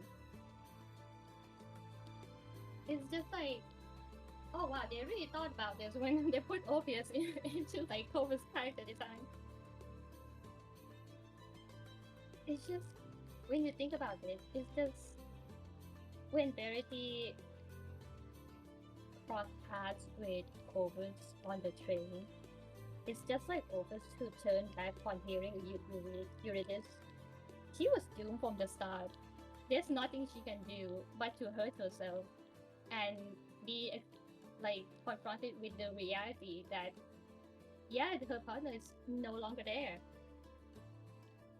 Now Now, since we're talking about Verity, now after we talk about a little about Corvus, is that is the transition here from Corvus to Verity's character. I want to talk about her designs, but We haven't heard it enough. yeah, we haven't heard it Mm. enough. Uh-huh. Like, yes, okay, come on. Before this, I'm gonna change to Corvus I2 because this is essential. Okay, now, we're going back to the names. Remember when I said that, okay, I kind of left the part that the Iglika part left out, and that is because it's related to Verity's character. So that's why I have to move it to here for you to like see it like easier. So you can see that Iglika is Bulgarian, meaning primrose. Verity is a special case where her CN name, her Chinese name, meaning like Hollywood, I think, and her Japanese name, which is written in katakana, which is like the English version that is spelled in the Japanese alphabet letters. Her katakana in Japanese is dead leaf. And now we talk about how reverse love designing characters who are opposite of each other. It's like their main dish, really. So if you look at the flower language, both of these have meanings in the flower language book. Primrose can mean hope. Dead leaves can mean sadness. Primrose can mean first love, and dead leaves can mean melancholy. Something to think about, the nostalgia, but in a sadder way. Primrose can also mean rebirth, which is very fitting of Corvus' whole character. And Verity, and her Verity here with dead leaves. Dead leaves can mean loss, to lose something, decay or death. But in a very interesting part of like the flower language, there's the Victorian flower language, which back in the day, I need to explain a little bit. Victorians would write letters, usually love letters, and they would like slip in some of the flowers, some petals, just to convey more secrecy in the message.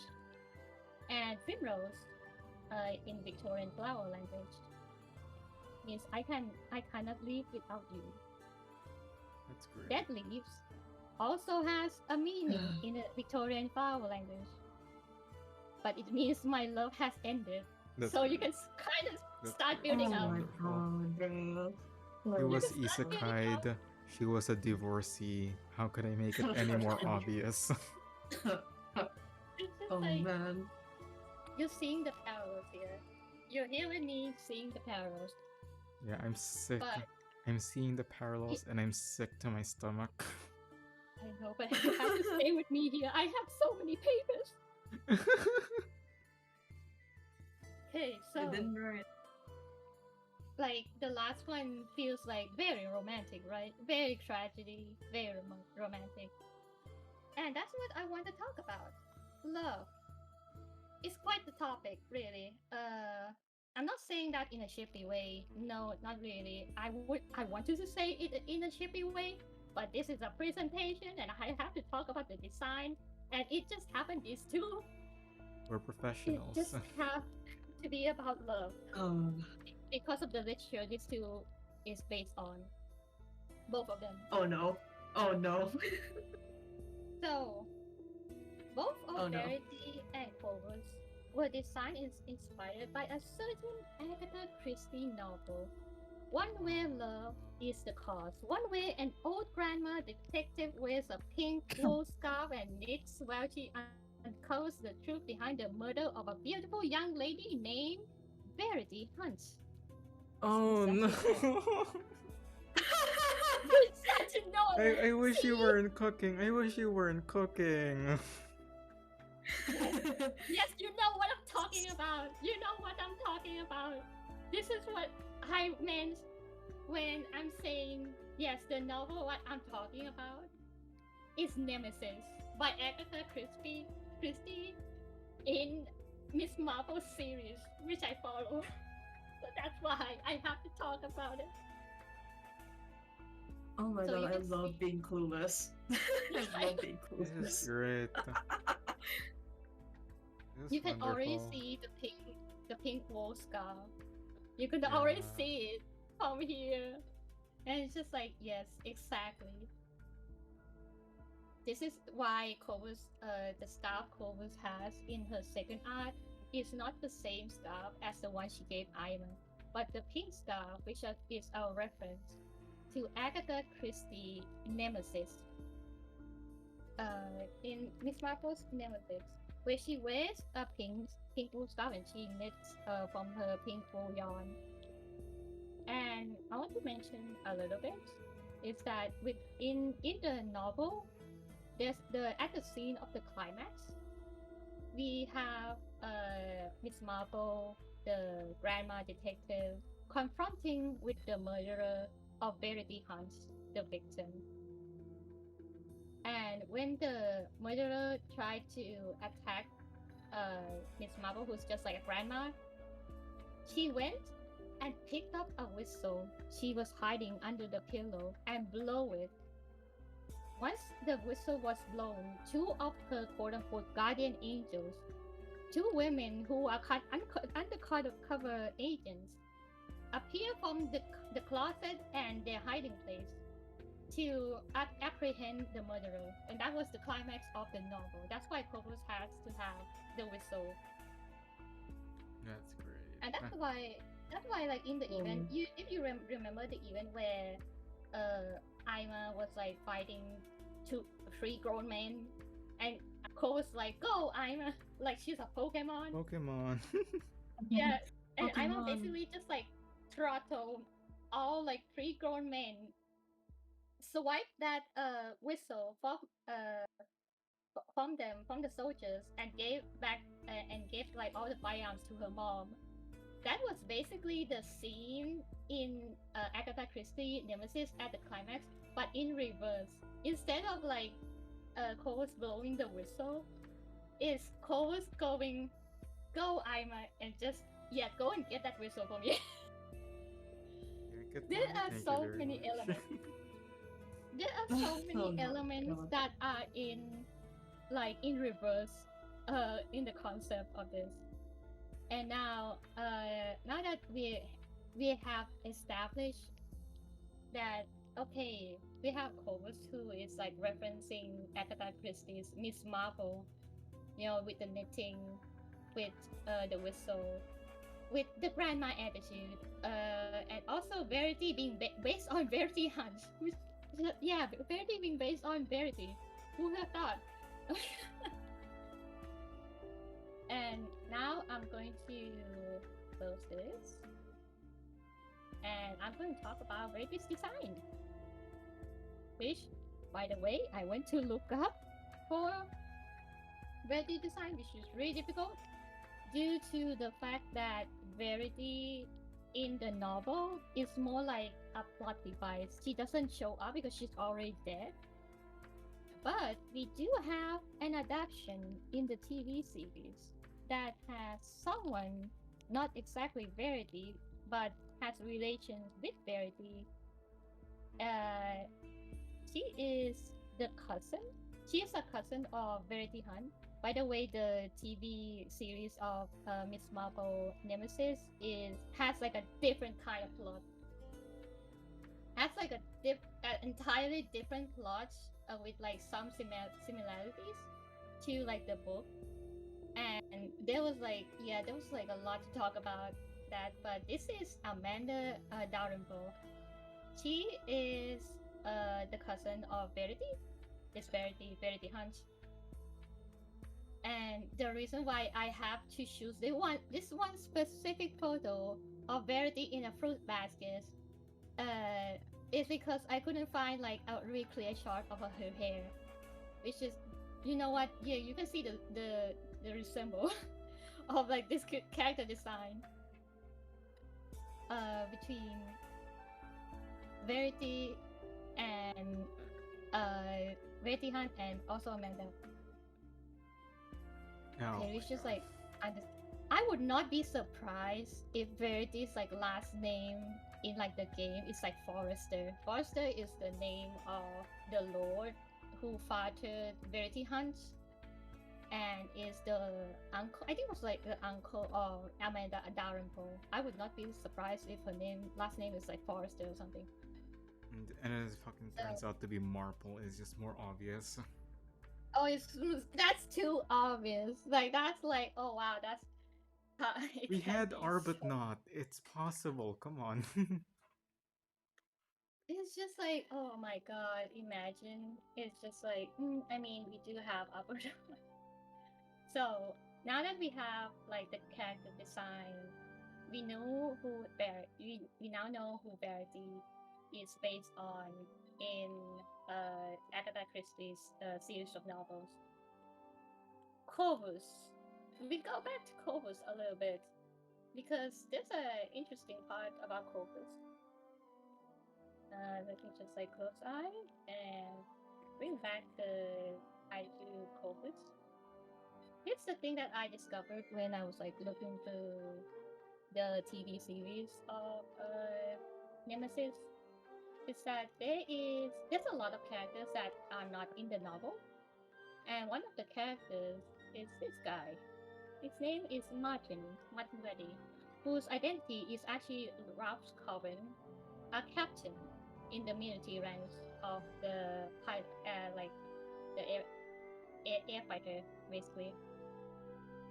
The thing about Martin that I wanted to point about that is related to Corvus' character design is of course you can see the scars on the face, but it's the narrative, the story of Martin is that he lost his memory from like a sharpener into the head.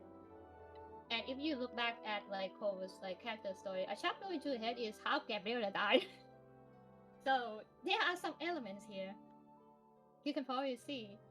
And other than that, Martin cannot remember. He has very poor memory. He cannot remember anything, and therefore was like manipulated and used as to cover up a crime. And for Corvus to not being able to remember Verity because of the storm, that is like, I think that is like a connection because Martin here becomes a key, I guess, witness. It's like the key clue here because he remembers Verity. Verity was the name that haunts him for years, and he could not tell who the hell is Verity because he's just keeping it thinking like there was someone there, but I couldn't tell who it is. Like just a name, just like haunting him. We love A haunting the face of a narrative. woman that he Oh my doesn't know. god. And he's just like No. thinking about. He tried so many years just to find Verity, and he couldn't find her. And he doesn't even know who's he trying to find. It's like, oh, that kind of hurt. that, Oh man. but don't worry, he is not like the lover of Verity, but he's more like the clue. The one who's like giving the clues to Miss Marple because he remembered that Verity Hunt exists in some form way, and that is like the connection that I get here from like maybe this is like the reason why Corvus has the scar also besides like the train tracks in the design. So now that we know that, okay, Nemesis the novel, what is it about? The novel itself. The novel itself started with Miss Marple getting a phone call from a friend who is like a character from another Miss Marple book, The Caribbean Mystery. That when she also wore a pink wool scarf, which is like that's why there's like a connection with the pink wool scarf. and that was the first time she refers to herself as Nemesis. So why Nemesis? Specifically, think of Nemesis as the myth, the Greek myth, the personification of retribution, the guardian of order and justice, the punisher of those whose sins of hubris. This is a part of Corvus' design as Miss Marple, only the Nemesis part, because that is her nickname. And this is the screenshot of the book that I went to look for the PDF, by the way. So I'm gonna read this for you. The specific segment. Oh my god. Okay, then. Miss Marple put down the mass of pink wool that encircled her hair. A pink wool scarf of the same kind she had once worn in the West Indies. One of my names, she said, is Nemesis. Nemesis. And what does that mean? I think you know, says Miss Marple. You are very well educated, woman. Nemesis is a long delay sometimes, but it comes in the end. What are you talking about? About a very beautiful girl whom you killed. Whom I killed? What do you mean? I mean the girl Verity. And why should I kill her? Because you love her. Of course I love her. I was devoted to her, and she loved me. The person who Miss Marple is talking to, her name is Clotilde. She's a woman, by the way. I'm gonna tell you now, Nemesis, for people who don't know, Agatha Christie has some of the novels that has homosexual themes, and Nemesis is one of them.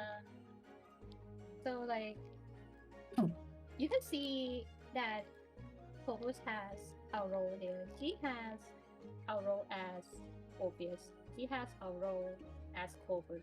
She has a role as like Nemesis.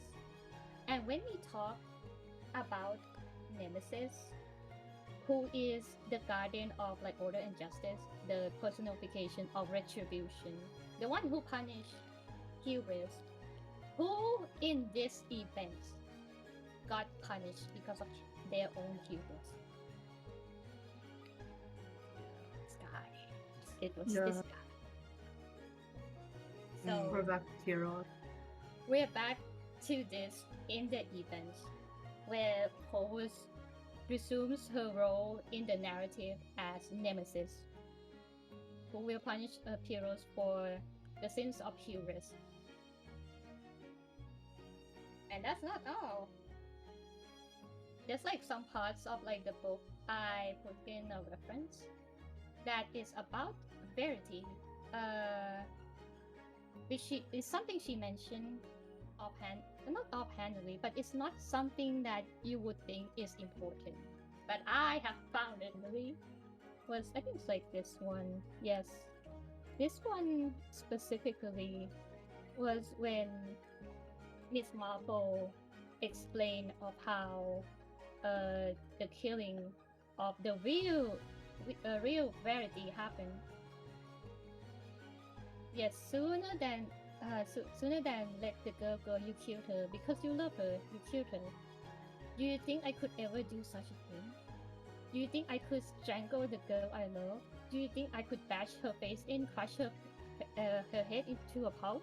Nothing but a vicious, depraved man would do such a thing like that. No, you wouldn't do that. You love her, and you would not be able to do that. Well then, you see, you're talking nonsense. You didn't do that to her. The girl that happened to was not the girl you love. She's talking about a fake Verity that the woman, Clotilde, went to seduce and basically killed and dressed her up like Verity, just so she can like confirm later on that, oh yeah, this is Verity. Very specific. This is her mole and everything. She also has a mole, by the way. Yeah, I was about to say. Yeah, it was in the text that Verity has boy. mole, so they had to put it in there. So specific. Yeah, very specific. And so like the girl that happened to was not the girl you love. Versy's here still, isn't she? She's here in the garden. I don't think you strangled her. I think you gave her a drink of coffee or of milk. You gave her a painless overdose of sleeping stuff. And then when she was dead, you took her out into the garden. You put aside the fallen bricks of the greenhouse and you made a vault for her there, under the floor with the bricks, and covered it over. And then the polygonum was planted there and has flowered ever since, growing bigger and stronger every year. Verity has remained here with you. You never let her go.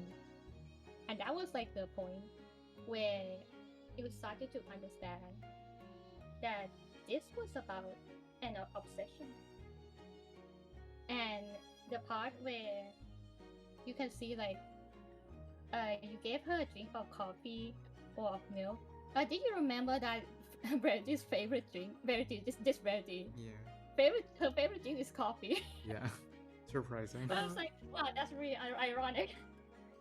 Your favorite drink is based on that one drink that killed the original you. And I was like, oh man, that is really ironic. But I like the detail. I appreciate that. So like, went back to what I said about how this case, this murder case, is about love. Is the thing about love is it's not always a good thing. You know, I know it's love. I know it's almost like next month is like Valentine's and all that jazz. But love is not always a good thing.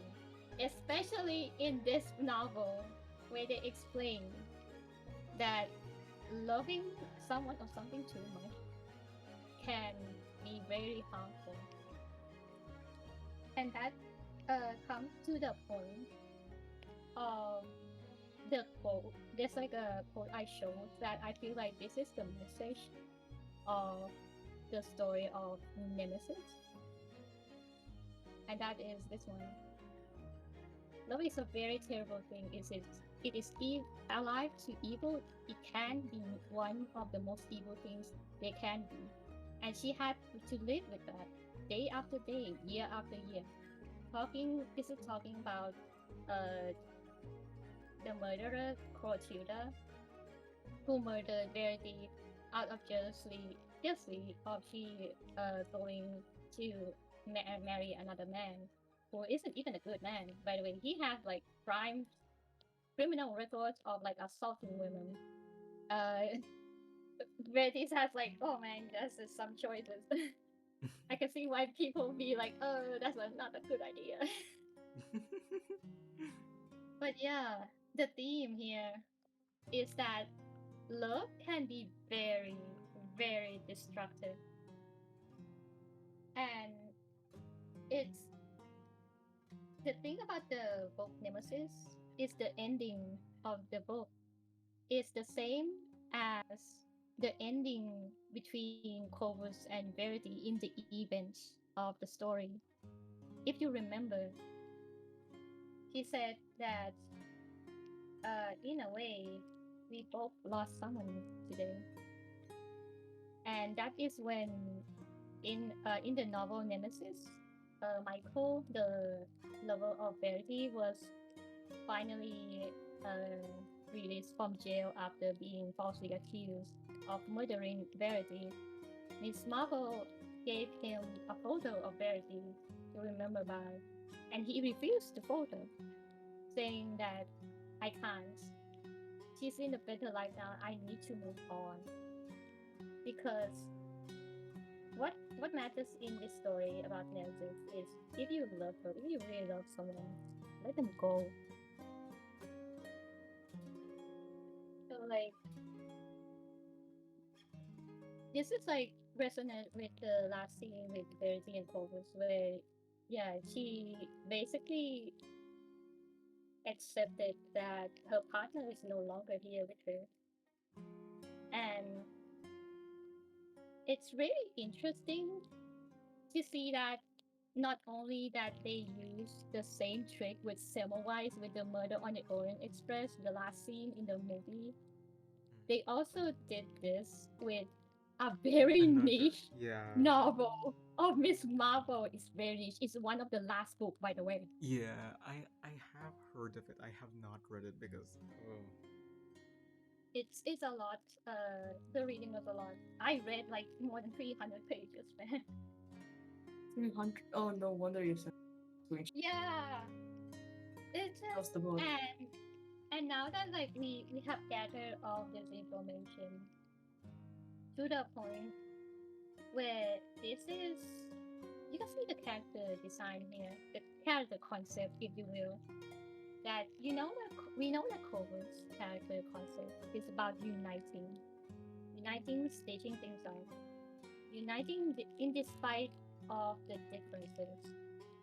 And with how reverse is with designing characters and concept, Verity is supposed to be her counterpart. She is the opposite.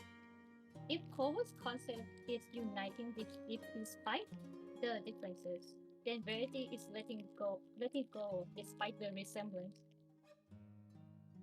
So that's like the whole thing. Just for these two, which is Oh my god. because this is a character that revolves around stitching together, uniting things together. And this is a character that is about letting things go. Oh god. Just letting things go. Just like, yeah. I'm And just starting stuff it's because just I like, know I have another thing to my to read list again. yeah, you have to figure it out. It's just like, Mhm. oh, well, I guess we're just gonna be doomed. It's just like, Guess we're gonna be that's doing why, this now. yeah, this is what I said when I said the theme is really about love between these two. Like, actually, it's a gay book. Yeah. It's a murder mystery with gay themes. Not a good one, but like, it's there. Oh, it's not a good one. No, it's not It's a not a good good one. one. You see, there's Don't like a lot to spoil. cover. Yeah, don't No, spoil I it won't yet. spoil it. Yeah. Yeah, I don't spoil it. I mean, I got some But detail, like, but like, yeah. yeah, just Mhm. don't expect it to be like uh in like in supportive of the gays, Yeah. But like, because Deimos, do you it's like a book. Deimos, do you like remember that like one time we watched David Suchet's like Poirot, like one of the first episodes, and Yeah, like there was gay. yeah. Yeah, There I was think that's like there a was a Wait. lesbian Agatha Christie couple. thing. Yeah, Agatha Christie Wait, I thing. think I remember. Yeah. I think I vaguely remember. Yeah, that one. Yeah. I'm just Oh my thinking about it god. now. That's what Okay, it was? Oh my No, no, no, okay, it wasn't. It okay. wasn't, So but it was like an equivalent. Yeah. before I move on to like the lighter part, I'm gonna do something that is a lot lighter. Do you remember uh that the murder the murder the murderer in the Nemesis is called Clotilde? Now her name just means like warrior, famous warrior, a very classic name. And I somehow Clotilde is connected to Corvus also, not because of Verity, not because of her love of Verity, not just that, partially that, but because the narrative, like in Nemesis, always describes Clotilde as a woman, a tall woman who is handsome and intellectual, and most importantly, has a intense emotional feeling. Now, which can you like guess what I'm thinking right now about Cobras? Someone who is Okay. Go for it. tall, handsome, and also has a very intense reaction emotionally to things. And it's just this Cobras, the young Cobras. And I was like, of course you would write a use one of the versions as one of the versions of covers, because she has like at least three versions. I mean four, I guess. Four versions, counting the pre-storm one. I'm just like, oh yeah, no wonder a young Corvus is designed like this. It's for the description of Clotilde, Yeah. who is Yeah. described as tall, handsome, and very much strong. Yeah. Oh yeah, I remember that now. Tall, handsome, strong, and very much has an intense emotional feeling. Which, I mean, if you have seen the reaction of Clovis losing Gabriella, it was pretty intense, really bad way. Stitching faces into boots. Yeah. So, Yeah, that one line of like, "Give me a oh, gun, I will kill everyone." was like, oh wow, that's wait, ooh. wait, calm down. It's just Like, like, oh, I will whoa. stitch everyone to their boots. Like, oh wow, cool. Come, and you know what? That's like It's like, understandable, it's but so valid, but also Corvus. but Girl, also it's like a 180 to like Corvus is like, I won't be part of your war stuff. Like, I won't be like holding a gun and shooting people. I would just be a medic. And then suddenly lost one woman. Boom. yeah, it doesn't. It's like it matches up still. It still matches up with her character because she is very passionate with what she thinks, and this is like one of the few times that she actually has an attachment to something or someone because she Yeah. never had that before. So Yeah.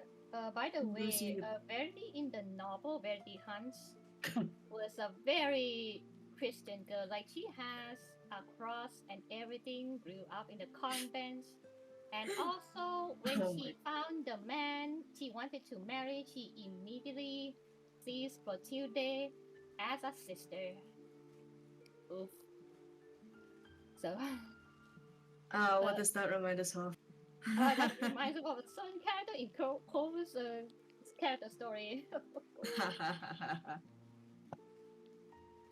Wow, look at how many references you can put in this one character. Why There's so too many. many? There's a lot. There's so many, So and many. yet Now this move is on just to the next one. one. I mean, this is just one These two. character. Oh no. Now you're asking me why there are two of them instead of like me just like explaining the character design of Aima. Well, there's a good reason. There's a really good reason why I have to do this. It's because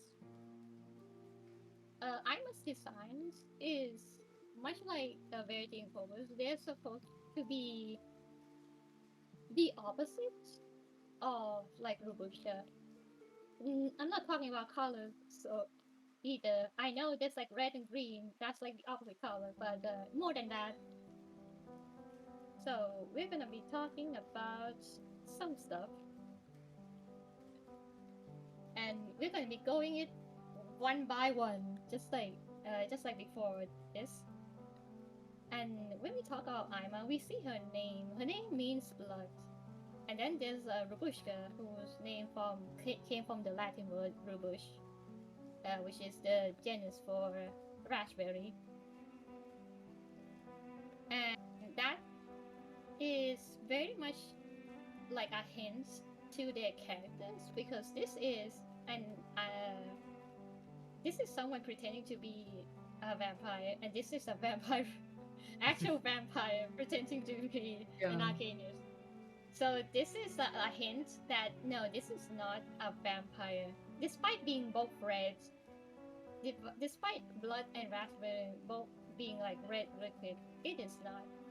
So we're going one by one. What we know about Aima, that she is a story listener. She told us right in the beginning when she talked to Robushka that she loves hearing stories because she feels like she can travel through the stories of the people on the train. And Robushka, being her opposite, is the storyteller, the yapper. This is the yapper and the listener. Like, actually. Um. So, we're going by this. This is the listener. This is the storyteller. And going by the next one is that this is the one we already have been saying. Is that this is an Arcadius pretending to be a vampire, and this is a vampire pretending to be an Arcadius. The characters designs are very exactly the opposite. It's just like, wow, no wonder you two are like this. And then you see the other one. This is the funny one. Babushka, to me, is a street cat troublemaker. The archetype of her character when writing is like, if I were to describe this character for people to draw in a storyboard, I would be like, this is street cat troublemaker type of character, type of kid. And Aima being the opposite of a troublemaker is a spoiled princess, question mark. I'm saying question mark because she doesn't like really act spoiled. She's just being spoiled by Corvus and Pyros and probably the other stewards on the train. And she doesn't see much of the world. She only knows like within the train and travels through like the stories of other people. She's not like Rabushka, who travels like over the mountains, over the rivers, over the countries, and has like so many experience of the world outside.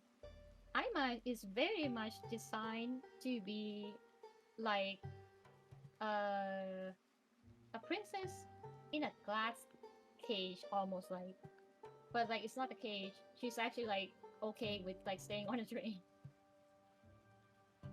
Now here comes like the last one.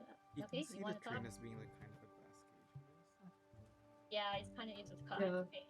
She can't really go anywhere. Not, I don't think like Corvus would be like okay with that. Really depends. Aima can protect herself just fine, but still, that's her kid. That's kind of her kid. So like, okay, for the last one, this is the funny one. Rushkas has many friends, and you wanna guess the last one for Aima? This is something Corvus mentioned to her specifically. Yeah, that she doesn't have it. Yeah. She just clocked Aima like immediately. Oh, did you? Are you feeling jealous of Rabushka because she has many friends and you don't have many friends? So it's like, whoa, Corvus, don't say that to a kid. That's mean. You Don't shouldn't tell say that to the that. 14-year-old. Don't Tell say that to the that to like 14-year-old. the 14-year-old. I don't think that's a good idea to be saying that. And it's just like, man, oh wow, like this is like the reason why I have to put Rabushka here, despite I already explained about Rabushka's character design. I know, besides like having the uniform or like the down stewardess, having the this is called a ticket clicker, kind of like a receipt or like to cut the tickets. Despite like her character design, already speaks out to her with the silhouette and everything. She's more designed to be the opposite of Robushka. Might because she's like an NPC. But you can also see her like resemblance to like Corvus. Because she does share like the color palettes of like the pink, the white, the green, and the black from Corvus. It's just like, I mean, that's her mom. So you inheriting some color palettes from your mom is totally on brand. No. Should be talking. So like in terms of like other stuff that I wanted to mention about Aima's character design that I find interesting is that, do you see this thing? This bottle. Oh. Yes, the bottle. It's the bottle. Besides the notebook that I assume that she does it to like carries around to keep logs of like the train reports and stuff, and also probably stories of like the passengers on the train. But this bottle is interesting to me because it was also shown here in when the trails when she was like injured and had to be carried by Pyrrhus to Valentina for Valentina to help her. And I have like a suspicion that the regenerative power that let her recover from any wound might have been the bottle? Question mark, I'm not sure. So like, this is like a theory. We're going to theory territory here. We don't know the true like purpose of the bottle, other than she does have the bottle with her. It's probably blood, or it is not. But if it were blood, she wouldn't be having to need like blood from like covers every now and then. So I went to look for the symbol on the bottle. I went to look for the symbol on the bottle. Look at me doing stuff. And I could not find anything that is related or that is similar as much as this one thing that is from a very popular game called Hades. Oh And I was like, no. Oh my and god, I was Do you like, cook? wait, Do you no. cook? Do you let you cook, or do we kick you out of BC? wait, No, let me okay. cook. Okay, look. Okay, listen. I am the one that has also played Hades. Okay, Listen. If I you cook, understand. Okay, I if you cook, I understand. will also beat you after this podcast, okay? Okay, so look, if you, it's basically the same shape, similar shape. So that's why I went to like look for like forums on like, okay, did anyone discuss on why is Hades beard shaped like that and his sigil is shaped like that? And people were like, oh, that's it's actually one of Hades items, the weapon. A bident, not a trident. A bident is like a pitchfork. This one. So I was like, oh, that's interesting. I wonder why. I still don't know why, but I thought it was interesting that the symbol is really like close to the sigil of like the underworld. Man, imagine that Aima is supposed to be like the deity of blood. That would be something. we probably know if you have been in Hades Lord theory crafting, you probably know what I mean. Naming a character Aima and expecting her not to be related to blood. Oh wow, that's gonna be something. So that's just like a little something about Aima and a little something about Lushka. It's not that much. It's really light. Now we go into the more crazier parts. We go into the antagonist of this event that we will be analyzing.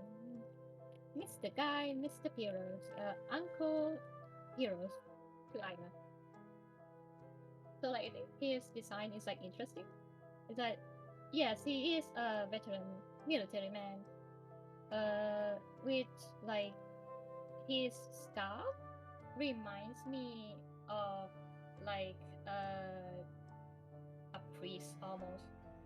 Like oops, totally wrong one. I was like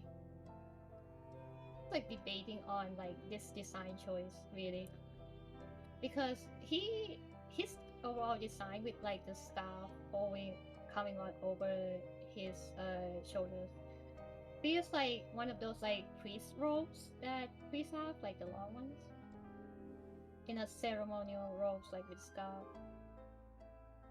And this can also be intentional because of how because of how it's about like Rubushka. It's about three characters who are being like shepherds in their own way. Rubushka being the shepherd who like those who help people who are in grieving. Kovos being the people being the shepherd who's like went to lead the people away from death. And then there's this guy, Piros, who's also the shepherd who's like the polar opposite of Cobus, the shepherd who has his eyes closed and refuse to actually see things. This is like very like part of the character design, right? This is the reason why he's like has his eyes closed and then like opens later on. I know he's a vampire and sunlight is probably gonna kill him, but I think it's like intentional that he has his eyes closed because technically he is blind to the things he's doing, to the sins he's committed. And we will be going to talk about the other thing that is the one I talk about is like his boss design. I think his boss design is interesting because it's very specific in a way. It's very specific. Like you can see, you start to wonder like, okay, why is it in this design? It's very specific besides like the wings, and there's like his body over here, and then there's like another bigger monster form over here. If you remember the boss design for Semmelweis, when she looked into the mirror, and you can see like Bella is also looming over her from behind her. I think it's like maybe it's a vampire thing. It might have been a vampire thing to have like your evil double just looming behind you. But okay, just like one thing I'm sure about in his design, the way he's designed like this is because his name is Piros. And Piros means fire red or red hair. So that's why he has red hair. First of all, that's why he has red hair. And if you look at the shape of his hair right now, it's actually bat wings, as you can see. Yeah, you can probably see like bat wings. Like he just like immediately gained like horns that look like bat wings, with the red hair fitting of his name. Okay, fun fact. Piros in JP and CN names is called Boris. Boris, I think, is a reference to Boris, the king of Bulgaria. Boris the First to Boris the Third. There's like a bunch of Boris. I'm assuming it's probably the first because he was the saint, the church guy. It would go with the design of being like a little bit of shepherd. So we go to the second form of his boss form, and now you start to see things like, oh, this is very specific. You can see blood veins coming out. You can see like, I'm not sure like it's like veins or it's actually like strings of like yarn. It could be both, but it could be another thing that is related to the Balkan culture, which is the kukeri. I'm probably not pronouncing it right, but kukeri is basically a tradition where people wear goat pelts and horned mask with tusks that looks like tusks for them to drive away evil spirits, which is very similar to what we have in Thailand called the Ghost Parade. We have something similar is that we dress up in a sort of monster form to escort evil spirit to like where they should be. And I thought that was like, okay, it might be this, it could be this, because of the body or like the costume is usually in like gold pelts, and it's usually like in strings too. Usually like in like very if you have seen like gold pelts, they were like very much like fur. It's basically just fur. Okay, like yeah, being a giant bat is not enough to be like a vampire. So okay, now going on to the last bit, which is I'm saving this for last. This cutscene. Okay, it's for like the reason why I'm saying it's for last is that you can see the eyes all over the place, and this is a callback to like what I said about Corvus being the eyes of like the patch. Pyros is also the eyes, but like what he's seeing is not through his eyes, basically, because he says like a dialogue where he told Corvus that, "Oh, you're not like, are you blind or something? You're not seeing the vision I'm seeing," and which is very ironic from a character who's like Literally shut his eyes. character design Yeah. is this whose Mhm. character design is like closing their eyes. It's like very ironic, and I was like, wow, they really thought a lot about the character design and how like it's interconnected with each other. So like, man, that is a lot of stuff that I went through. Oh man. And you would wonder why that. Oh, Boy, are we not it, glad that we split this apart into two. yeah. I mean, it's a good thing this bit is part into two. I think people would have queued over from me talking about Verity and Corvus. Verity and Corvus. Like The immediately. fact that there's sources to support what I'm talking about is insane in itself. And so we come to an end, a very scuffling end, where yes, this is all we're gonna be talking about the past the midnight whistle. I'm glad you're all here with me, despite the scuffiness of the first and the second. It's in the middle But name of this podcast at this point. It's fine. yeah, you know what? Yeah. Scuff is the content. Scuff is the content. It's totally fine. Because as not if it's scuffed, but it's authentic. Okay, It's authentic stuff. It's authentic, and I don't, and like we don't have to spend like an entire 2 months scripting it just to make it real, and then like shorting it down to 30 minutes. You know. Yeah. yeah. You guys get to listen to free. And like you get to You see how guys get to unprepared listen. I am sometimes. You get to see that all of us have like a lot to say, and yet we're still at a loss for words for like the amount of things there is about this game. Yeah. Like, man, But it's insane. aside from that, we should move to the next screen, should we? Yeah. All right. So yeah. Are we all As not of the tired or time- what?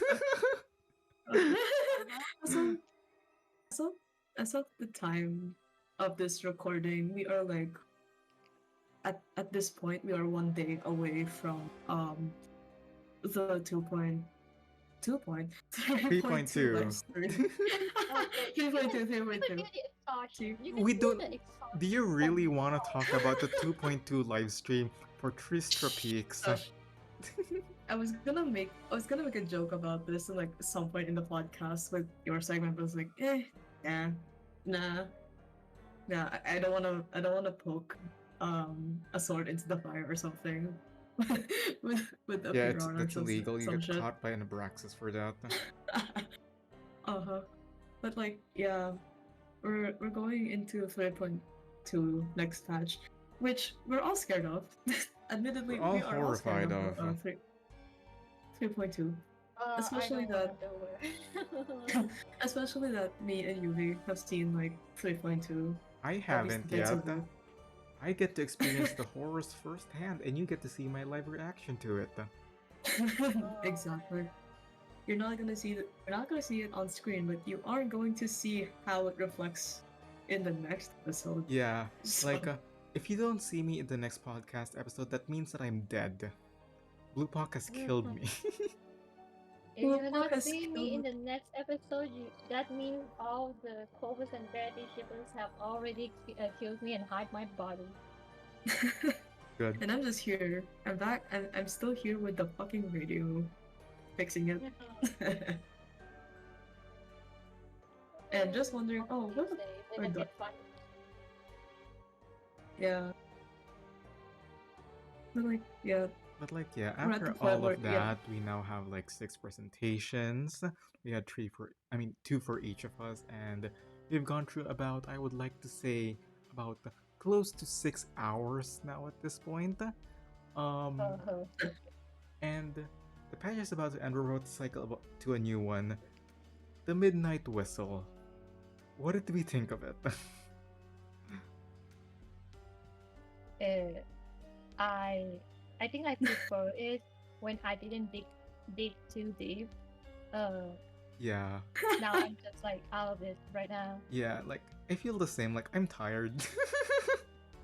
Yeah, right now, like, you like know, I feel like they put a lot of effort into one event, and it's not even a main a main chapter. like they put this much effort into one event, and you could imagine the amount of effort they most likely put into like with the previous patches before that, and even the patches after that. Yeah, And and like, really damn, serious. was this podcast a good idea? I'm just kidding. Was this podcast? I'm just like it's just Oh. start thinking. Oh, I am rethinking my steps here. Wow, this is. Am I We're- walking into oblivion right now? Hmm. Like, is it too late? Yeah, Is it it's too just like, late? It probably is. We're already in our second episode. They're gonna want to see yeah, more. we're You know? walking into Yeah, purgatory we right already now. have Y'all are like gonna wanna 6 see more. hours, of recording time. UB has already spent hours, creating this overlay. I have already spent hours of my life toiling over the audio of this podcast to edit it so that it could be probably mixed. And I have already spent hours waiting for the rendering time. All right, the rendering. Oh. Oh my god. Whatever. But I spent hours waiting for the fucking verification for the channel as well. The whole thing. Wow. But yeah, that Dog. all of that's behind all of that is behind the scenes. At the end of the day, really it's just being able to share all of this with the rest of everyone, and hope to God that they stop complaining about Bearable Niche looking too young. Oh my god. Oh my god, No. bro. Okay. Bro, I would have Okay. complained about Clover looking too young because of her character concept being about Miss Marple. But the problem is, I can't do that either because she's more about the nemesis side of Miss Marple, Yeah. not the entire character. Not It's the just like, grandma. yeah, not the grandma. But yeah, like at the end of Yeah. the day, it's really this is the introductory patch for this podcast, and really what we're doing here is taking information that people might not bother with and putting it all together. Somehow we reach 3 hours. But Oh yeah, no, that's probably my fault. It's alright. no, it's okay. That's alright. Yeah. It gets a bit far, but like, I mean, what's the point if we're not pushing the limits of what we're talking about? You know? Yeah, what's the point of a podcast if we don't nerd about it? Exactly. Exactly. So from here now, I suppose we're ending at least this episode. So you'll probably catch us dead, or you'll probably catch us at the next one. You know, right? Yep. Just remember to tune on in to the next episode. We will be broadcasting that from either our graves or either our graves or the insane asylum. One of the two, you know. Or still the radio. One of those, right? So yeah, we'll end it here. Y'all wanna say goodbye? Thank you very much for tuning in and for dealing with all of us. This has been 199.9 FM signing off. Let's go.